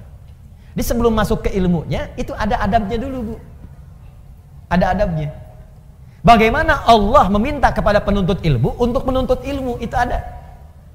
Ibu kenal Imam An-Nawawi? Ya, bagus. Kenal di mana, Bu? Masya Allah. Hanya edisi kali ini ada yang kenal Imam An-Nawawi. Tapi lumayan ada penurunan ya. Dulu kan Utsman kenal ya. Terus saya di Sukabumi ada yang kenal Firaun. Luar biasa. Hebat lah Sukabumi, hubud dunia. Sukabumi hubud dunia. Jadi kalau diterjemahkan ke dalam bahasa Arab, hubud dunia. Suka itu hubun, bumi itu dunia. Sukabumi, hubud dunia. Lihat sini, fokus baik-baik. Ibu Imam An-Nawawi itu yang menulis kitab Al-Arba'in, 42 hadis. Menulis kitab Riyadhus Shalihin, 1896 hadis. Syarah Muslim, 9 jilid. Imam An-Nawawi. Tapi tahukah Ibu, sebelum beliau menulis semua itu, beliau menulis sebuah kitab namanya At-Tibyan fi Adab Hamalatil Quran. Disingkat dengan nama At-Tibyan. Itulah dia nama kitabnya. Itu terjemahan anak kecilnya. At-Tibyan. Nah, dia. At-Tibyan. Boleh Ibu searching di Google misalnya. Ya. Ya di Google Ibu carilah kitab-kitab, kan? Cari ya. Sudah? Ibu cari At-Tibyan, boleh pakai Latin, tulis boleh At-Tibyan An-Nawawi, nanti keluar. Sekarang gratis, Bu. Ayo sebagian pulsanya pakai untuk akhiratnya. Download buku-buku baik-baik. Nah, di kitab ini itu berisi bagaimana kita belajar adab sesuai ketentuan Allah sebelum belajar ilmu. Makanya ada perkataan ulama begini, adab qoblal ilmi, adab dulu sebelum ilmunya. Karena khawatir kalau nggak belajar adab nanti mengambil ilmu, mempraktekannya tanpa adab. Itu yang dikhawatirkan. Belajar adab dulu, adab. Di sini nanti Ibu akan ditunjukkan bagaimana cara beradab dengan baik sebelum belajar. Contoh, maaf Bu ya, Ibu akan ditunjukkan cara memilih guru bagaimana sebelum berangkat. Supaya Ibu ketika belajar dari guru itu mendapatkan selain ilmunya juga adabnya. Sopannya, baiknya, lemah lembutnya, perhatiannya. Bagaimana Ibu mencari guru yang ketika dia mengajar Anda di siang hari, malamnya dia berdoa untuk Anda. Ada. Ya. Lihat. Wala yuta'allamu illa mimman kamulat ahliyatuhu. Kata Imam An-Nawawi, tidaklah seorang penuntut ilmu itu akan belajar kecuali sebelum belajar dia akan melihat dulu siapa guru yang akan dia belajar kepadanya. Satu, kamulat ahliyatuhu. Dia akan petakan guru yang sesuai dengan spesialisasinya. Tidak semua ustadz menguasai semua hal. Ibu ingin belajar tafsir, cari ustadz ahli tafsir siapa. Ibu ingin belajar fikih, cari ustadz ahli fikih siapa. Sekarang ini semua masyarakat memahami semua ustadz itu paham semuanya. Sehingga ketika ingin belajar tafsir datang ke ustadznya ahlinya ahli hadis, gak nyambung. Ini sekarang orang ingin belajar fikih, datang ke ustadz ahli tauhid, gak nyambung. Pendekatannya beda. Nanti malam di Mujahidin saya terangkan 4 turunan ilmu. Saya terangkan bagaimana cara memahami ini semua. Nanti ada kuncinya. Cari Ibu, praktekkan itu. Makanya saya usulkan, kemarin ada pertemuan ustadz di Jakarta, saya usulkan bikin database ustadz. Database. Sehingga masyarakat itu gampang. Ketika ingin belajar tinggal buka database-nya, klik tafsir, maka keluarlah ustadz-ustadz ahli tafsir. Lalu dibuat kemudian aplikasi pengajiannya. Keluar, majlisnya di Bandung ini, di Bekasi ini, Jakarta ini, pakarnya ini. Oh, kalau ada hebat tuh. Ngaji di mana? Klik keluar. Gampang. Itu bagian pertama. Jadi jangan sampai Ibu salah ngaji. 2. Yang paling menarik, wa hasunat akhlaquhu, kurang lebih kalimatnya demikian. Dan baik akhlaknya. Pintar tapi akhlaknya buruk, maka akan mencetak murid yang pandai tapi tak berakhlak. Gurunya pintar memang, Al-Quran hafal, hadis hafal dengan nomornya, tapi juga sering mengajarkan tata adab yang tidak bagus, mencela juga rajin. Mengajar sambil mencela. Mengajar misalnya sambil menghina. Mengajar sambil menjelek-jelekan. Makanya jangan heran kalau Anda jadi alumni dari situ, keluar pintarnya ada, dalilnya tahu, tapi juga mencelanya hobi. Pandai di bidang ilmu dan profesional di bidang maksiat. Apa profesinya? Mencela. Jadi kalau nggak sama dicela. Kalau nggak serupa dijauhi. Itu yang jadi persoalan. Bukankah dakwah Nabi merangkul bukan memukul? Bukankah dakwah Nabi mencintai bukan mencelai? Bukankah dakwah Nabi mengajak bukan menghinakan? Jelas ya? Coba dicek lagi. Ini adab. Ini yang bicara ulama-ulama salaf. Ulama salaf. Orang-orang terdahulu. Kami diajarkan adab dahulu sebelum belajar ilmu. Kata Imam Malik, saya belajar adab kemudian 20 tahun baru setelah itu saya belajar ilmu. Dan saya ketahui ternyata belajar adab itu lebih utama dibandingkan dengan ilmu. Nanti saya beritahu rahasia, Bu ya. Ada sebuah rahasia, tapi ini diantara kita saja. Kalau ibu bisa belajar adab ini lebih bagus, atau tanamkan kepada anak Anda, cucu Anda, belajar adab lebih dahulu, maka Allah akan buka semua peluang ilmu dengan begitu mudahnya.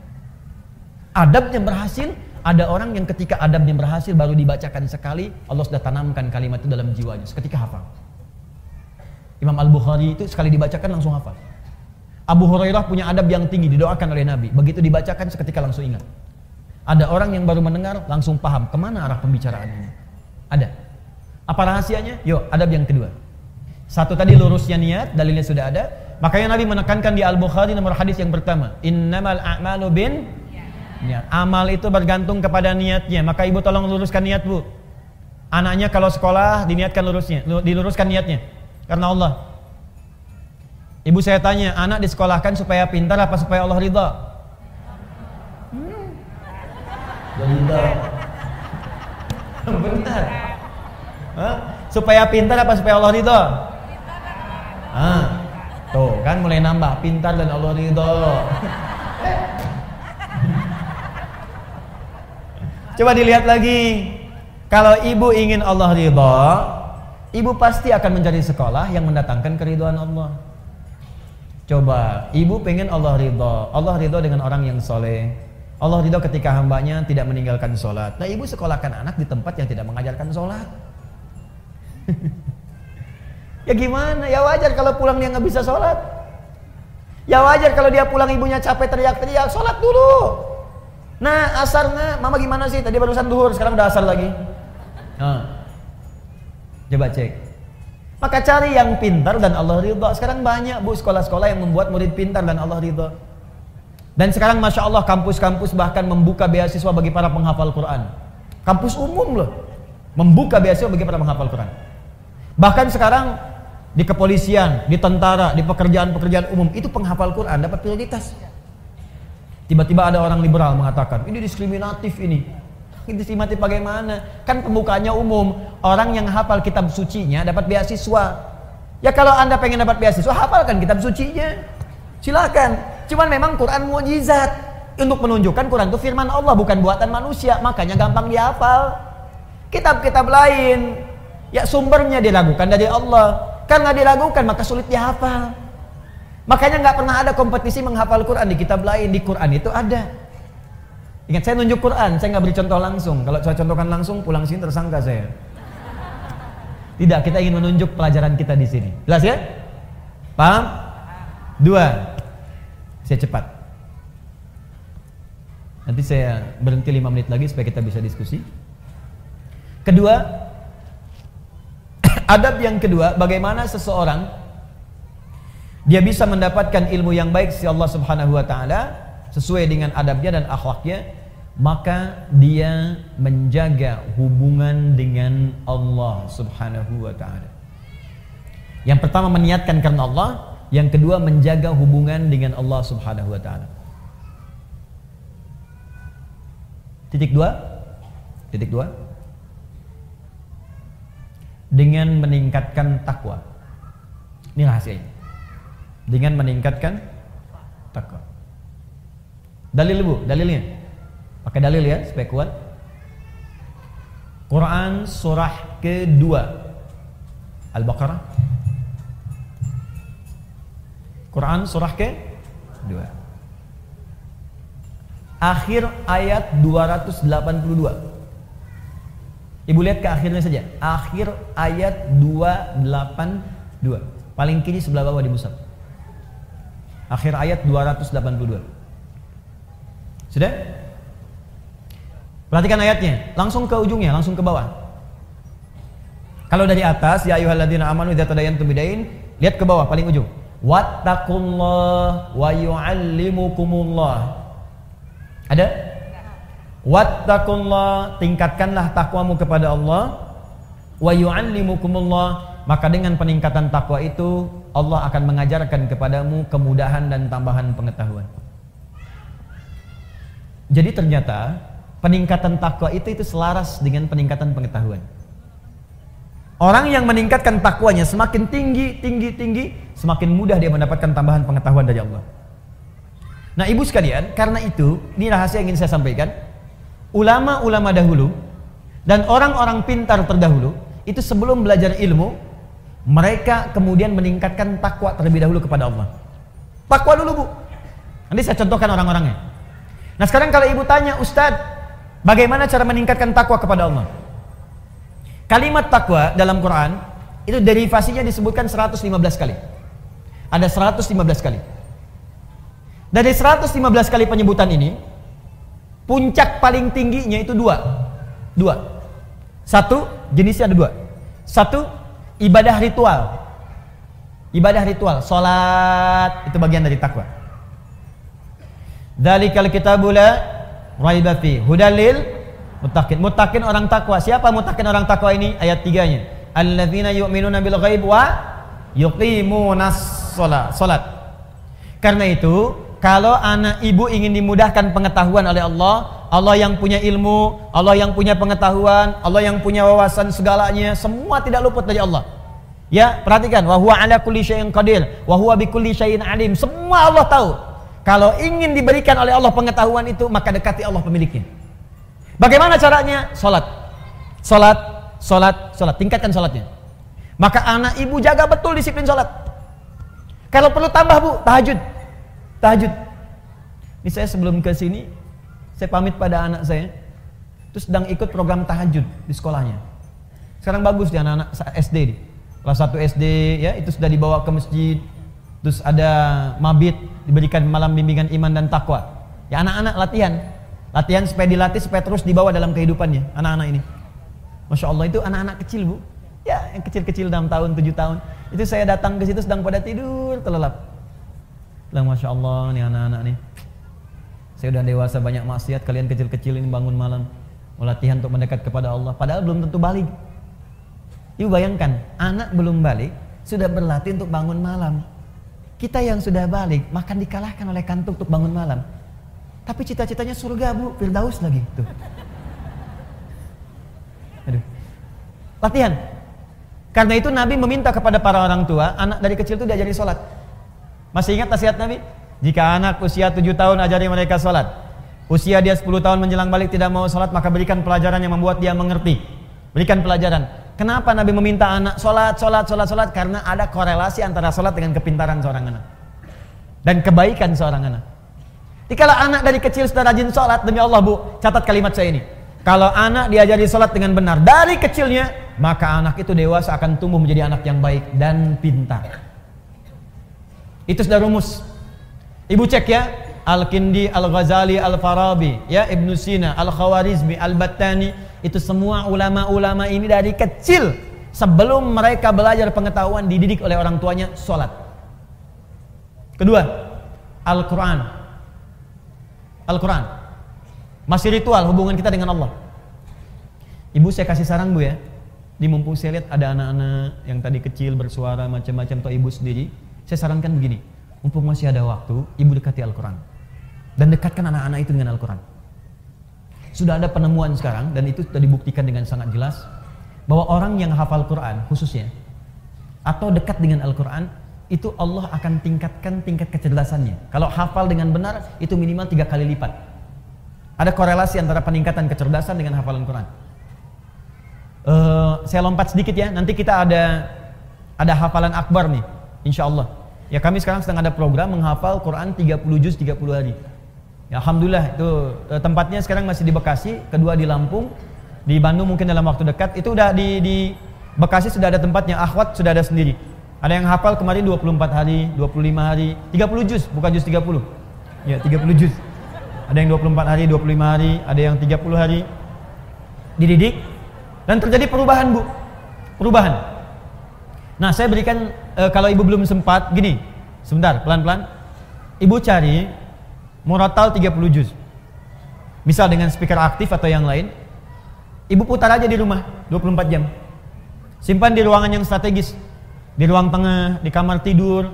Saya biasanya di rumah itu di speaker aktif ada sesuai dengan tempat lah. Di setiap kamar kami simpan speaker aktif. Quran 24 jam aja putar. Di ruangan tengah ada di situ. Jadi tiap hari yang terdengar Quran. Tiap hari. Itu suasananya beda, Bu. Akan lain suasananya, beda. Nah, untuk anak-anak kecil, ini ada rumus langsung disebutkan oleh pakar Quran. Kalau dia baru terlahir, di usia setiap bulannya, maka putarkan Al-Quran setiap juz setiap bulan. Berurut. 1 bulan 1 juz. A month, 1 juz. 1 bulan 1 juz. Berurut, Bu ya, urut. Misal, bulan pertama dia lahir 30 hari misalnya Al-Baqarah aja. Bulan kedua Ali Imran. Bulan ketiga terus sampai ke An-Nisa terus. Ya, misal itu bukan surat, maaf, juz 1 Al-Fatihah sampai 141. Juz 2 142 sampai 253. Juz ketiga ya 253 sampai dengan Ali Imran ayat ke-92. Terus juz 1, juz 2, juz 3 sampai juz 30. Jadi begitu anak itu usia 30 bulan, dia sudah mendengar 30 juz. Dan bayi itu fungsi pertamanya pada pendengarannya, bukan pada penglihatannya. Ketika usia 30 bulan artinya 2 tahun setengah. 24 bulan 2 tahun, 6 bulannya setengah, 2 tahun setengah dia sudah mulai bisa bicara. Dan dia sudah menghimpun di memorinya 30 juz Al-Quran.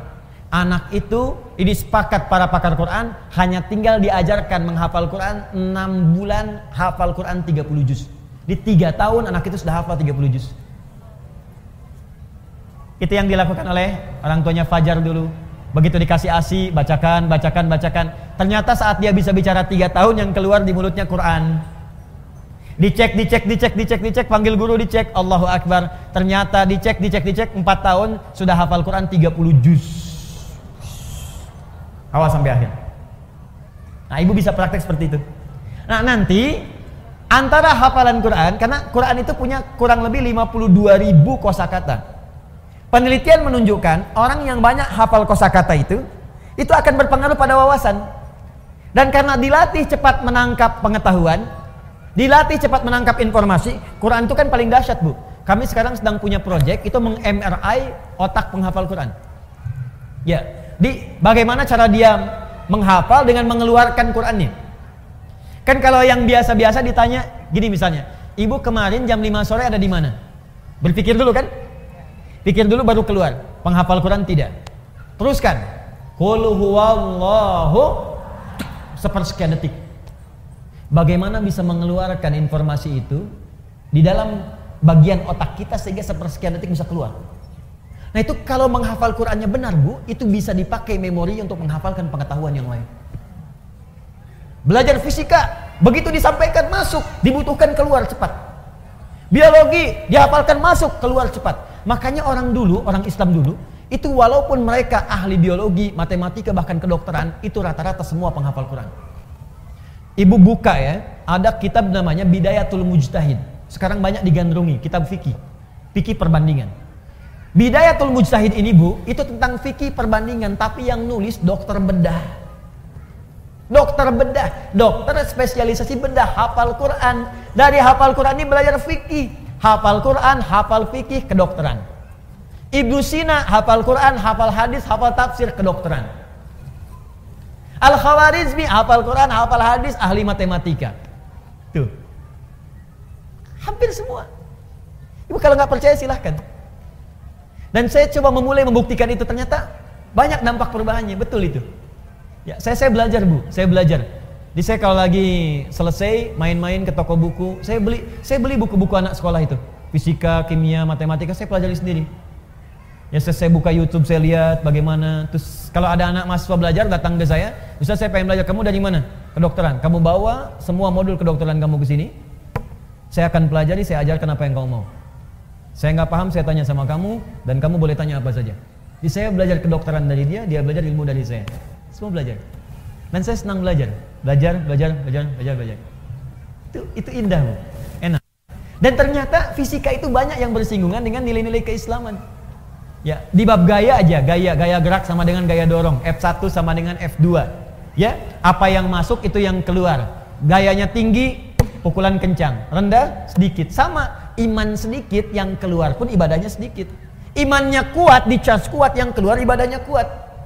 Hukum tekanannya, gaya berbanding lurus dengan tekanan, hukum Pascal. F berbanding lurus dengan P, pressure. Gaya berbanding lurus dengan tekanan. Orang yang banyak gaya, banyak tertekan. Ilmu akhlak. Jarak S sama dengan V kali T. Jarak S sama dengan V kali T. Kecepatan dikalikan dengan waktu. Mencari V, S dibagi T. Banyak. Jarak ke pengajian itu berapa? V kecepatan, T waktu. Orang yang menghargai waktu pasti akan cepat-cepat datang ke pengajian. Takut terlambat. Mulai jam berapa sih di TSM? Jam 8, maka dia ukur jaraknya. Dia percepat kemudian kecepatannya sampai jam 7 itikaf, dan dari subuh. Macam-macam. Korelasinya tinggi. Nah, sekarang anak fisika itu belajar untuk ujian saja. Anak sekolah belajar hanya untuk ujian, makanya ilmunya nggak dipakai dalam kehidupan. Itu almarhum yang Habib itu kan rajin baca Qur'annya, sholatnya rajin. Ya, Masya Allah, itu dan kepake ilmunya gitu. Dan sekarang pun masih dikenal. Jelas ya? Terakhir, tutup yang ketiga. Satu masih ingat tadi? Jaga keikhlasan. Yang kedua, dekati Allah dengan takwa, ya kan? Yang ketiga, maaf, dalil tentang takwa, satu lagi, dalil tentang takwa, dalil yang paling kuat nanti Quran surah ke-5 ayat 35. Quran surah 5 Al-Maidah ayat 35, paling kanan sebelah bawah. Quran surah 5 ayat 35. Paling kanan sebelah bawah di mushaf, ya ayyuhalladzina amanu taqullaha wabtaghu ilaihil wasilah. Hai orang-orang beriman, tingkatkan takwamu kepada Allah dan cari wasilah untuk mewujudkan keinginanmu dengan takwa itu. Maksudnya begini, tadi jenis takwa sholat, maka ibu dalam sujud minta kepada Allah keinginannya apa? Ya Allah, jadikan anak saya ya Allah pintar dan berkah. Minta dalam sujud. Terus baca Quran bagian dari takwa. Ibu setelah selesai baca Quran, jangan cukupkan dengan kalimat tahmid, alhamdulillah, atau tasdik, shadaqallah. Jangan cukupkan sampai situ. Selesai baca Quran, ibu berdoa. Ya Allah, anugerahkan kami syafaat dengan Quran ini. Ya Allah, perbaiki akhlak saya ya Allah dengan keberkahan Quran ini. Ya Allah, cerdaskan akhlak anak saya ya Allah dengan cahaya Al-Quran ini. Minta. Itu cepat dikabulkan. Saya lihat sekarang banyak orang baca Quran itu cuma selesai aja. Baca shadaqallahul azim, tasdik, selesai, sudah. Enggak, berdoa dulu. Berdoa. Nah, amalan terakhir yang ketiga, rajin bersedekah. Rajin bersedekah. Imam Abu Hanifah itu termasuk orang yang rajin sedekah. Nggak usah jauh-jauh, Bu. Rasulullah sallallahu alaihi wasallam, Masya Allah, itu kalau sedang mengajar juga demikian, rajin sedekah. Nabi itu bisa ribuan kali umrah. Tapi dalam hidupnya hanya sekitar 3 sampai 4 kali saja. Ya, bisa berkali-kali haji, tapi tidak semua setiap musim haji datang. Apa yang beliau lakukan? Ternyata diantaranya mengajar para duta-duta mahasiswa yang datang dari luar. Abu Hurairah, Salman Al-Farisi, sahabat yang lain. Tinggal siapa yang ngasuh, yang biayai? Nabi. Di mana? Di sisi Masjid Nabawi. Ada Sufah namanya. Kalau ibu dekat Raudhah, sekarang wilayah Raudhah dengan yang masjid awal itu karpetnya hijau. Jadi kalau ibu nanti umrah di bulan-bulan ini atau ke depan, nanti kalau ibu ingin ke Raudhah, itu sekarang Raudhah karpetnya hijau dan sekitarannya sama karpetnya hijau. Itu yang karpet hijau itu wilayah asli masjid pada waktu dulu. Aslinya segitu. Masjid Nabawi sekarang itu Madinah tempo dulu. Madinah itu cuma segitu luasnya. Ya, di luar itu bukan Madinah. Nah, asli masjidnya itu yang karpet hijau.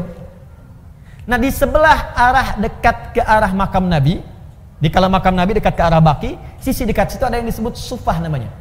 Sufah, Ahlus Sufah. Di Sufah itu ada para sahabat yang khusus untuk belajar ilmu saja kepada Nabi.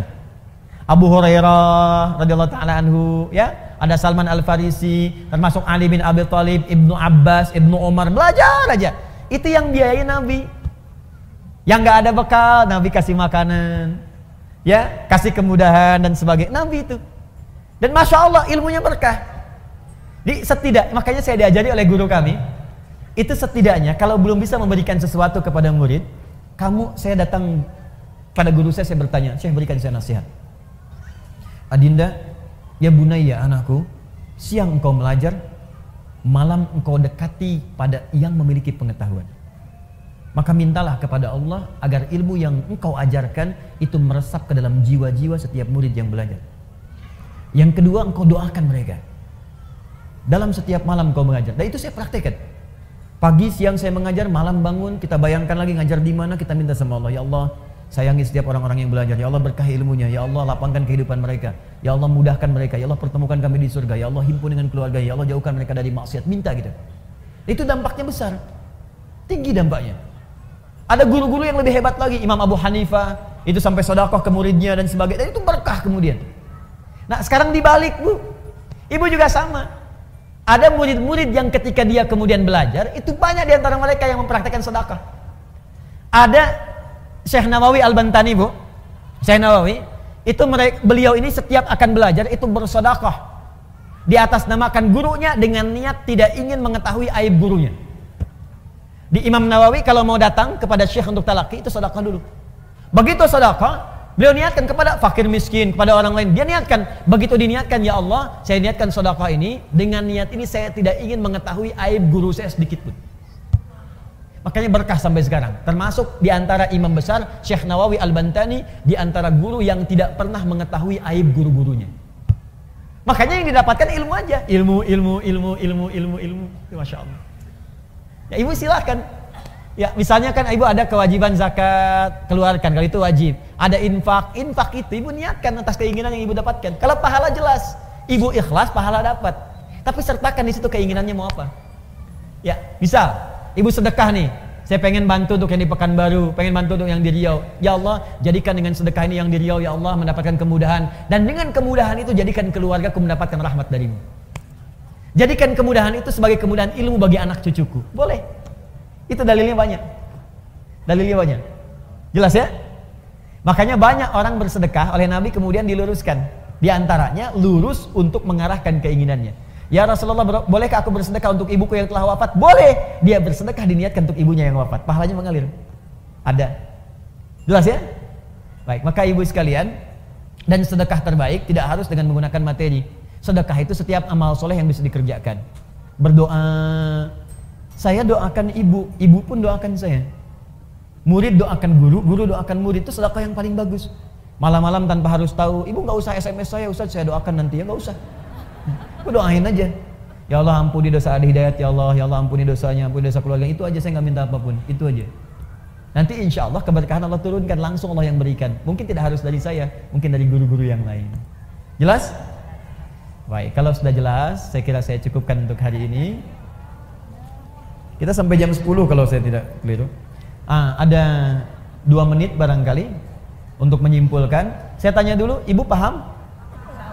Insya Allah. Jadi kalau kita mau beribadah harus pakai apa? Dalil. Contohnya dari mana? Hadis Nabi. Hikmahnya dapatkan, akhlaknya tujuan.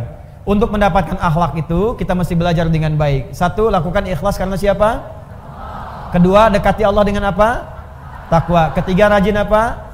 Sedekah. Bisa dengan doa, bisa dengan materi, bisa dengan amal soleh dan sebagainya. Maka lakukan itu. Saya berikan 3 saja dulu untuk bisa memanfaatkan dan mudah untuk mengamalkan apa yang kita telah pelajari. Saya tanya, paham insya Allah? Siap mengamalkan? Yakin dengan Al-Quran? Siap mengamalkan Al-Quran? Baik, saya uji dulu ya. Saya uji 1 ayat aja, Quran surah ke-5 Al-Maidah. Ya ayat 100 sampai 101. Yakin dengan ayatnya? Siap mengamalkan? Ya ayyuhalladzina amanu. Hei orang-orang yang masih beriman, yang telah beriman. Jadi ini untuk yang beriman saja. Kalau yang enggak beriman enggak berlaku. La tas'alu an asya'a in tubdalakum tasukum. Kalau uraian sudah jelas disampaikan, sepanjang kau beriman jangan banyak dipertanyakan lagi. Khawatir banyaknya pertanyaan itu menjadikan yang jelas menjadi tidak jelas nantinya. Baik, jelas uraiannya? Paham? Masih beriman? Ada pertanyaan? Oh, alhamdulillah. Baik, kalau begitu kesimpulan telah disampaikan, uraian telah dijelaskan. Saya menyampaikan pengumuman. Yang pertama, Ibu insyaallah dalam waktu dekat ini kita juga bermohon doa. Kami telah menyeleksi se-Indonesia untuk membuat program kaderisasi ulama ke depan. Jadi saya ini nggak akan lama juga mengajar. Suatu saat mungkin saya akan berpulang, saya meninggal, dan saya berharap ada yang meneruskan kembali. Kita bekerja sama dengan beberapa kampus di dunia ini. Nah, alhamdulillah diberikan kuota beasiswa. Insya Allah di bulan depan ada siswa-siswa kami yang akan berangkat. Ya, ada yang nanti ke Al-Azhar untuk khusus pembinaan dai. Ada, kemudian ada yang ke Sudan, ada 40 orang. Ada yang khusus belajar Quran juga. Ada yang di Turki, ada yang di Madinah. Nah, kita doakan anak-anak ini mudah-mudahan saat pulang nanti mereka menjadi ulama yang baik yang bisa mengabdi kepada masyarakat untuk agamanya. Kedua, ada program yang bagus untuk ibu, juga untuk anak-anaknya mungkin bisa didapatkan. Yang paling cepat nanti bulan depan ini akan dibuka 2 program baru. 1, PKU, Pendidikan Kadar Ulama. Itu nanti setahun akan belajar dengan saya. Saya sudah siapkan tempat tinggal khusus. Nah, bulan depan itu ada pembukaan untuk akhwat. Nanti kalau nanti ada kualifikasinya, anak-anak ibu mungkin sesuai, nanti bisa bergabung di situ. Jadi tempatnya khusus untuk perempuan saja. Materi-materinya pun yang dibutuhkan oleh perempuan, tapi untuk mengkader ulama perempuan. Nah, itu khususnya untuk ulama. Jadi bukan peserta biasa. Nanti ada khusus nanti kualifikasinya. Syekh-syekhnya pun nanti selain nanti saya bimbing, ada syekh yang mengajar langsung, ada yang dari Mekah ya, ada yang dari kemudian Madinah. Saya sudah kontak 17 orang akan datang nanti. Kemudian yang ikhwan, satu lagi yang laki-laki ada ya. Jadi laki-laki ini angkatan ketiga. Di setahun dengan saya belajar, setelahnya nanti akan meneruskan sesuai dengan spesialisasinya di Timur Tengah. Yang kedua, nanti ada program untuk menghafal Quran. Ini dibagi 2. Yang pertama ada menghafal akbar. Ya, At-Taisir Akbar. Insya Allah nanti akan diumumkan bulan depan nanti insya Allah ya, ada pengumumannya. Itu nanti akan diajarkan menghafal Quran di tempat masing-masing, 30 hari 30 juz. Dan spesial nanti ada bimbingannya. Nah, yang khusus itu barangkali di Indonesia sekarang tempatnya baru, kemudian di Bekasi pesertanya terbatas. Itu nanti ada 30 hari waktunya. Nanti ibu lihat saja di web quantumakhyar.com ya, quantumakhyar.com atau di sosial media kami Adi Hidayat Official. Nanti ada pengumuman. Mohon maaf, mungkin nanti akan terbatas sifatnya Bu. Mungkin 20 orang saja atau 40 orang saja. Nanti akan dibuka dengan kelas-kelas tertentu. Ya, saya kira itu yang bisa saya sampaikan. Semoga insya Allah ada manfaatnya. Kami akan bersambung di sini sampai besok di Bandung. Siang ini di Al-Fathu ba'da Zuhur, tafsir surat Yusuf. Dan malam insya Allah di Mujahidin tentang 4 tingkatan ilmu yang bisa kita maksimalkan dalam kehidupan. Dan kalau ada tanya jawab, ada pertanyaan, besok insya Allah di Kota Baru Parahyangan itu khusus tidak ada materi, semuanya materi tanya jawab saja. Ibu boleh bertanya apa saja dan kami insya Allah menjawab sebatas apa yang bisa kami ketahui dengan izin Allah Subhanahu Wa Taala.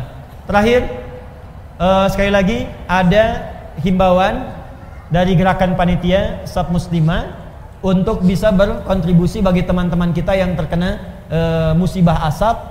Ya, silahkan saja nanti teknisnya diatur oleh panitia dan mudah-mudahan diantara kita ada yang Allah berkahi. Dan insya Allah saya pun akan ikut nanti melalui panitia dengan izin Allah Subhanahu Wa Taala. Kita berdoa terlebih dahulu. Mudah-mudahan dengan doa ini hati kita dilembutkan dan kemuliaan diberikan kepada kita semuanya. Nanti setelah berdoa barangkali teman-teman panitia bisa dimaksimalkan. Ustaz, kalau ini dulu sebelum berdoa. Sekira berdoa lebih bagus ya. Bismillahirrahmanirrahim. Alhamdulillahirabbil alamin, arrahmanir rahim, maliki yaumiddin. Iyyaka na'budu wa iyyaka nasta'in, ihdinas siratal mustaqim, siratal ladzina an'amta 'alaihim ghairil maghdubi 'alaihim waladdallin. Allahumma shalli wa sallim barik ala rasulikal karim nabiyina al-amin sayyidina Muhammadin wa ala alihi wa sahbihi ajma'in. Allahumma rabbana la tada' lana fi maqamina hadha wa fi kulli maqamin dhanban illa ghafartah. Ya Allah, jika ada yang hadir di majlis ilmu ini datang membawa kesalahan, kekhilafan dan dosa, maka mohon jangan biarkan yang meninggalkan majlis ini kecuali Engkau telah ampuni seluruh dosa-dosanya. Wala hamman illa farajtah. Ya Allah, jika ada yang datang ke majlis ini membawa kegelisahan, maka mohon jangan biarkan yang meninggalkan majlis ini kecuali Engkau telah tenangkan keadaan jiwanya. Allahumma wala asiran illa yassartah. Ya Allah, jika ada yang datang ke majlis ini membawa kesulitan dalam hidupnya, di rumah tangganya, pekerjaannya, kehidupan sosialnya, maka mohon dengan semangat ibadahnya ya Allah mudahkan segala urusan-urusan kesulitannya. Allahumma wala maridan illa syafaitah. Jika ada di antara kami yang tengah Engkau uji dengan penyakit seberat apapun ya Allah, maka mohon angkat dan sembuhkan segala penyakitnya. Allahumma taqabbal minna innaka antas samiul alim wa tub alaina innaka antat tawwabur rahim. Ya Allah, mohon terima seluruh amal ibadah yang telah kami kerjakan sampai detik ini Dan jika pun kami berbuat dosa, maka mohon terima taubat kami ya Allah untuk menghapuskan dosa-dosa kami. Allahumma alhiqna bis salihin ma'alladina amta alaihim nabiyina wa siddiqina wa syuhada'i salihin wa hasuna ulaika rafiqa. Ya Allah, dekatkan kami dengan orang-orang soleh. Di tempat tinggal kami hadirkan orang-orang soleh. Di kantor-kantor jadikan ya Allah orang-orang soleh. Di keluarga kami jadikan orang-orang soleh. Dan hadirkan kami ya Allah hidup bersama orang soleh. Dan jumpakan kami di akhirat bersama orang-orang soleh. Terutama Rasulullah SAW, para nabi, para syuhada, orang-orang jujur. Itulah ya Allah keinginan terbaik yang ingin kami dapatkan. Allahumma ja'alna minal mutasaddiqin. Ya Allah, jadikan kami hamba-Mu yang gemar untuk bersedekah. Ij'alna ya Allah minal musallin, jadikan kami hamba-Mu yang gemar untuk menunaikan salat. Ij'alna ya Allah minas shaimin, jadikan kami hamba-Mu yang gemar menunaikan puasa. Allahumma ij'alna minal muttaqin, dan jadikan kami puncaknya ya Allah hamba-hamba-Mu yang senang meningkatkan takwa kepada-Mu. Rabbana atina fid dunya hasanah wa fil akhirati hasanah wa qina adzabannar. Bifadlika subhana rabbika rabbil izzati amma yasifun. Wa sallallahu ala nabiyyikal karim sayyidina Muhammadin wa ala alihi wa sahbihi ummati ila yaumiddin. Subhanakallahumma wa bihamdika asyhadu an la ilaha illa anta astaghfiruka wa atubu ilaik. Wa akhiru da'wana alhamdulillahi rabbil alamin. Silakan panitia yang untuk tadi agenda asap bergerak yang ada Allah berikan kelebihannya, silahkan juga dibantu, dan semoga Allah berikan kemuliaan kepada seluruhnya. Assalamualaikum warahmatullahi wabarakatuh.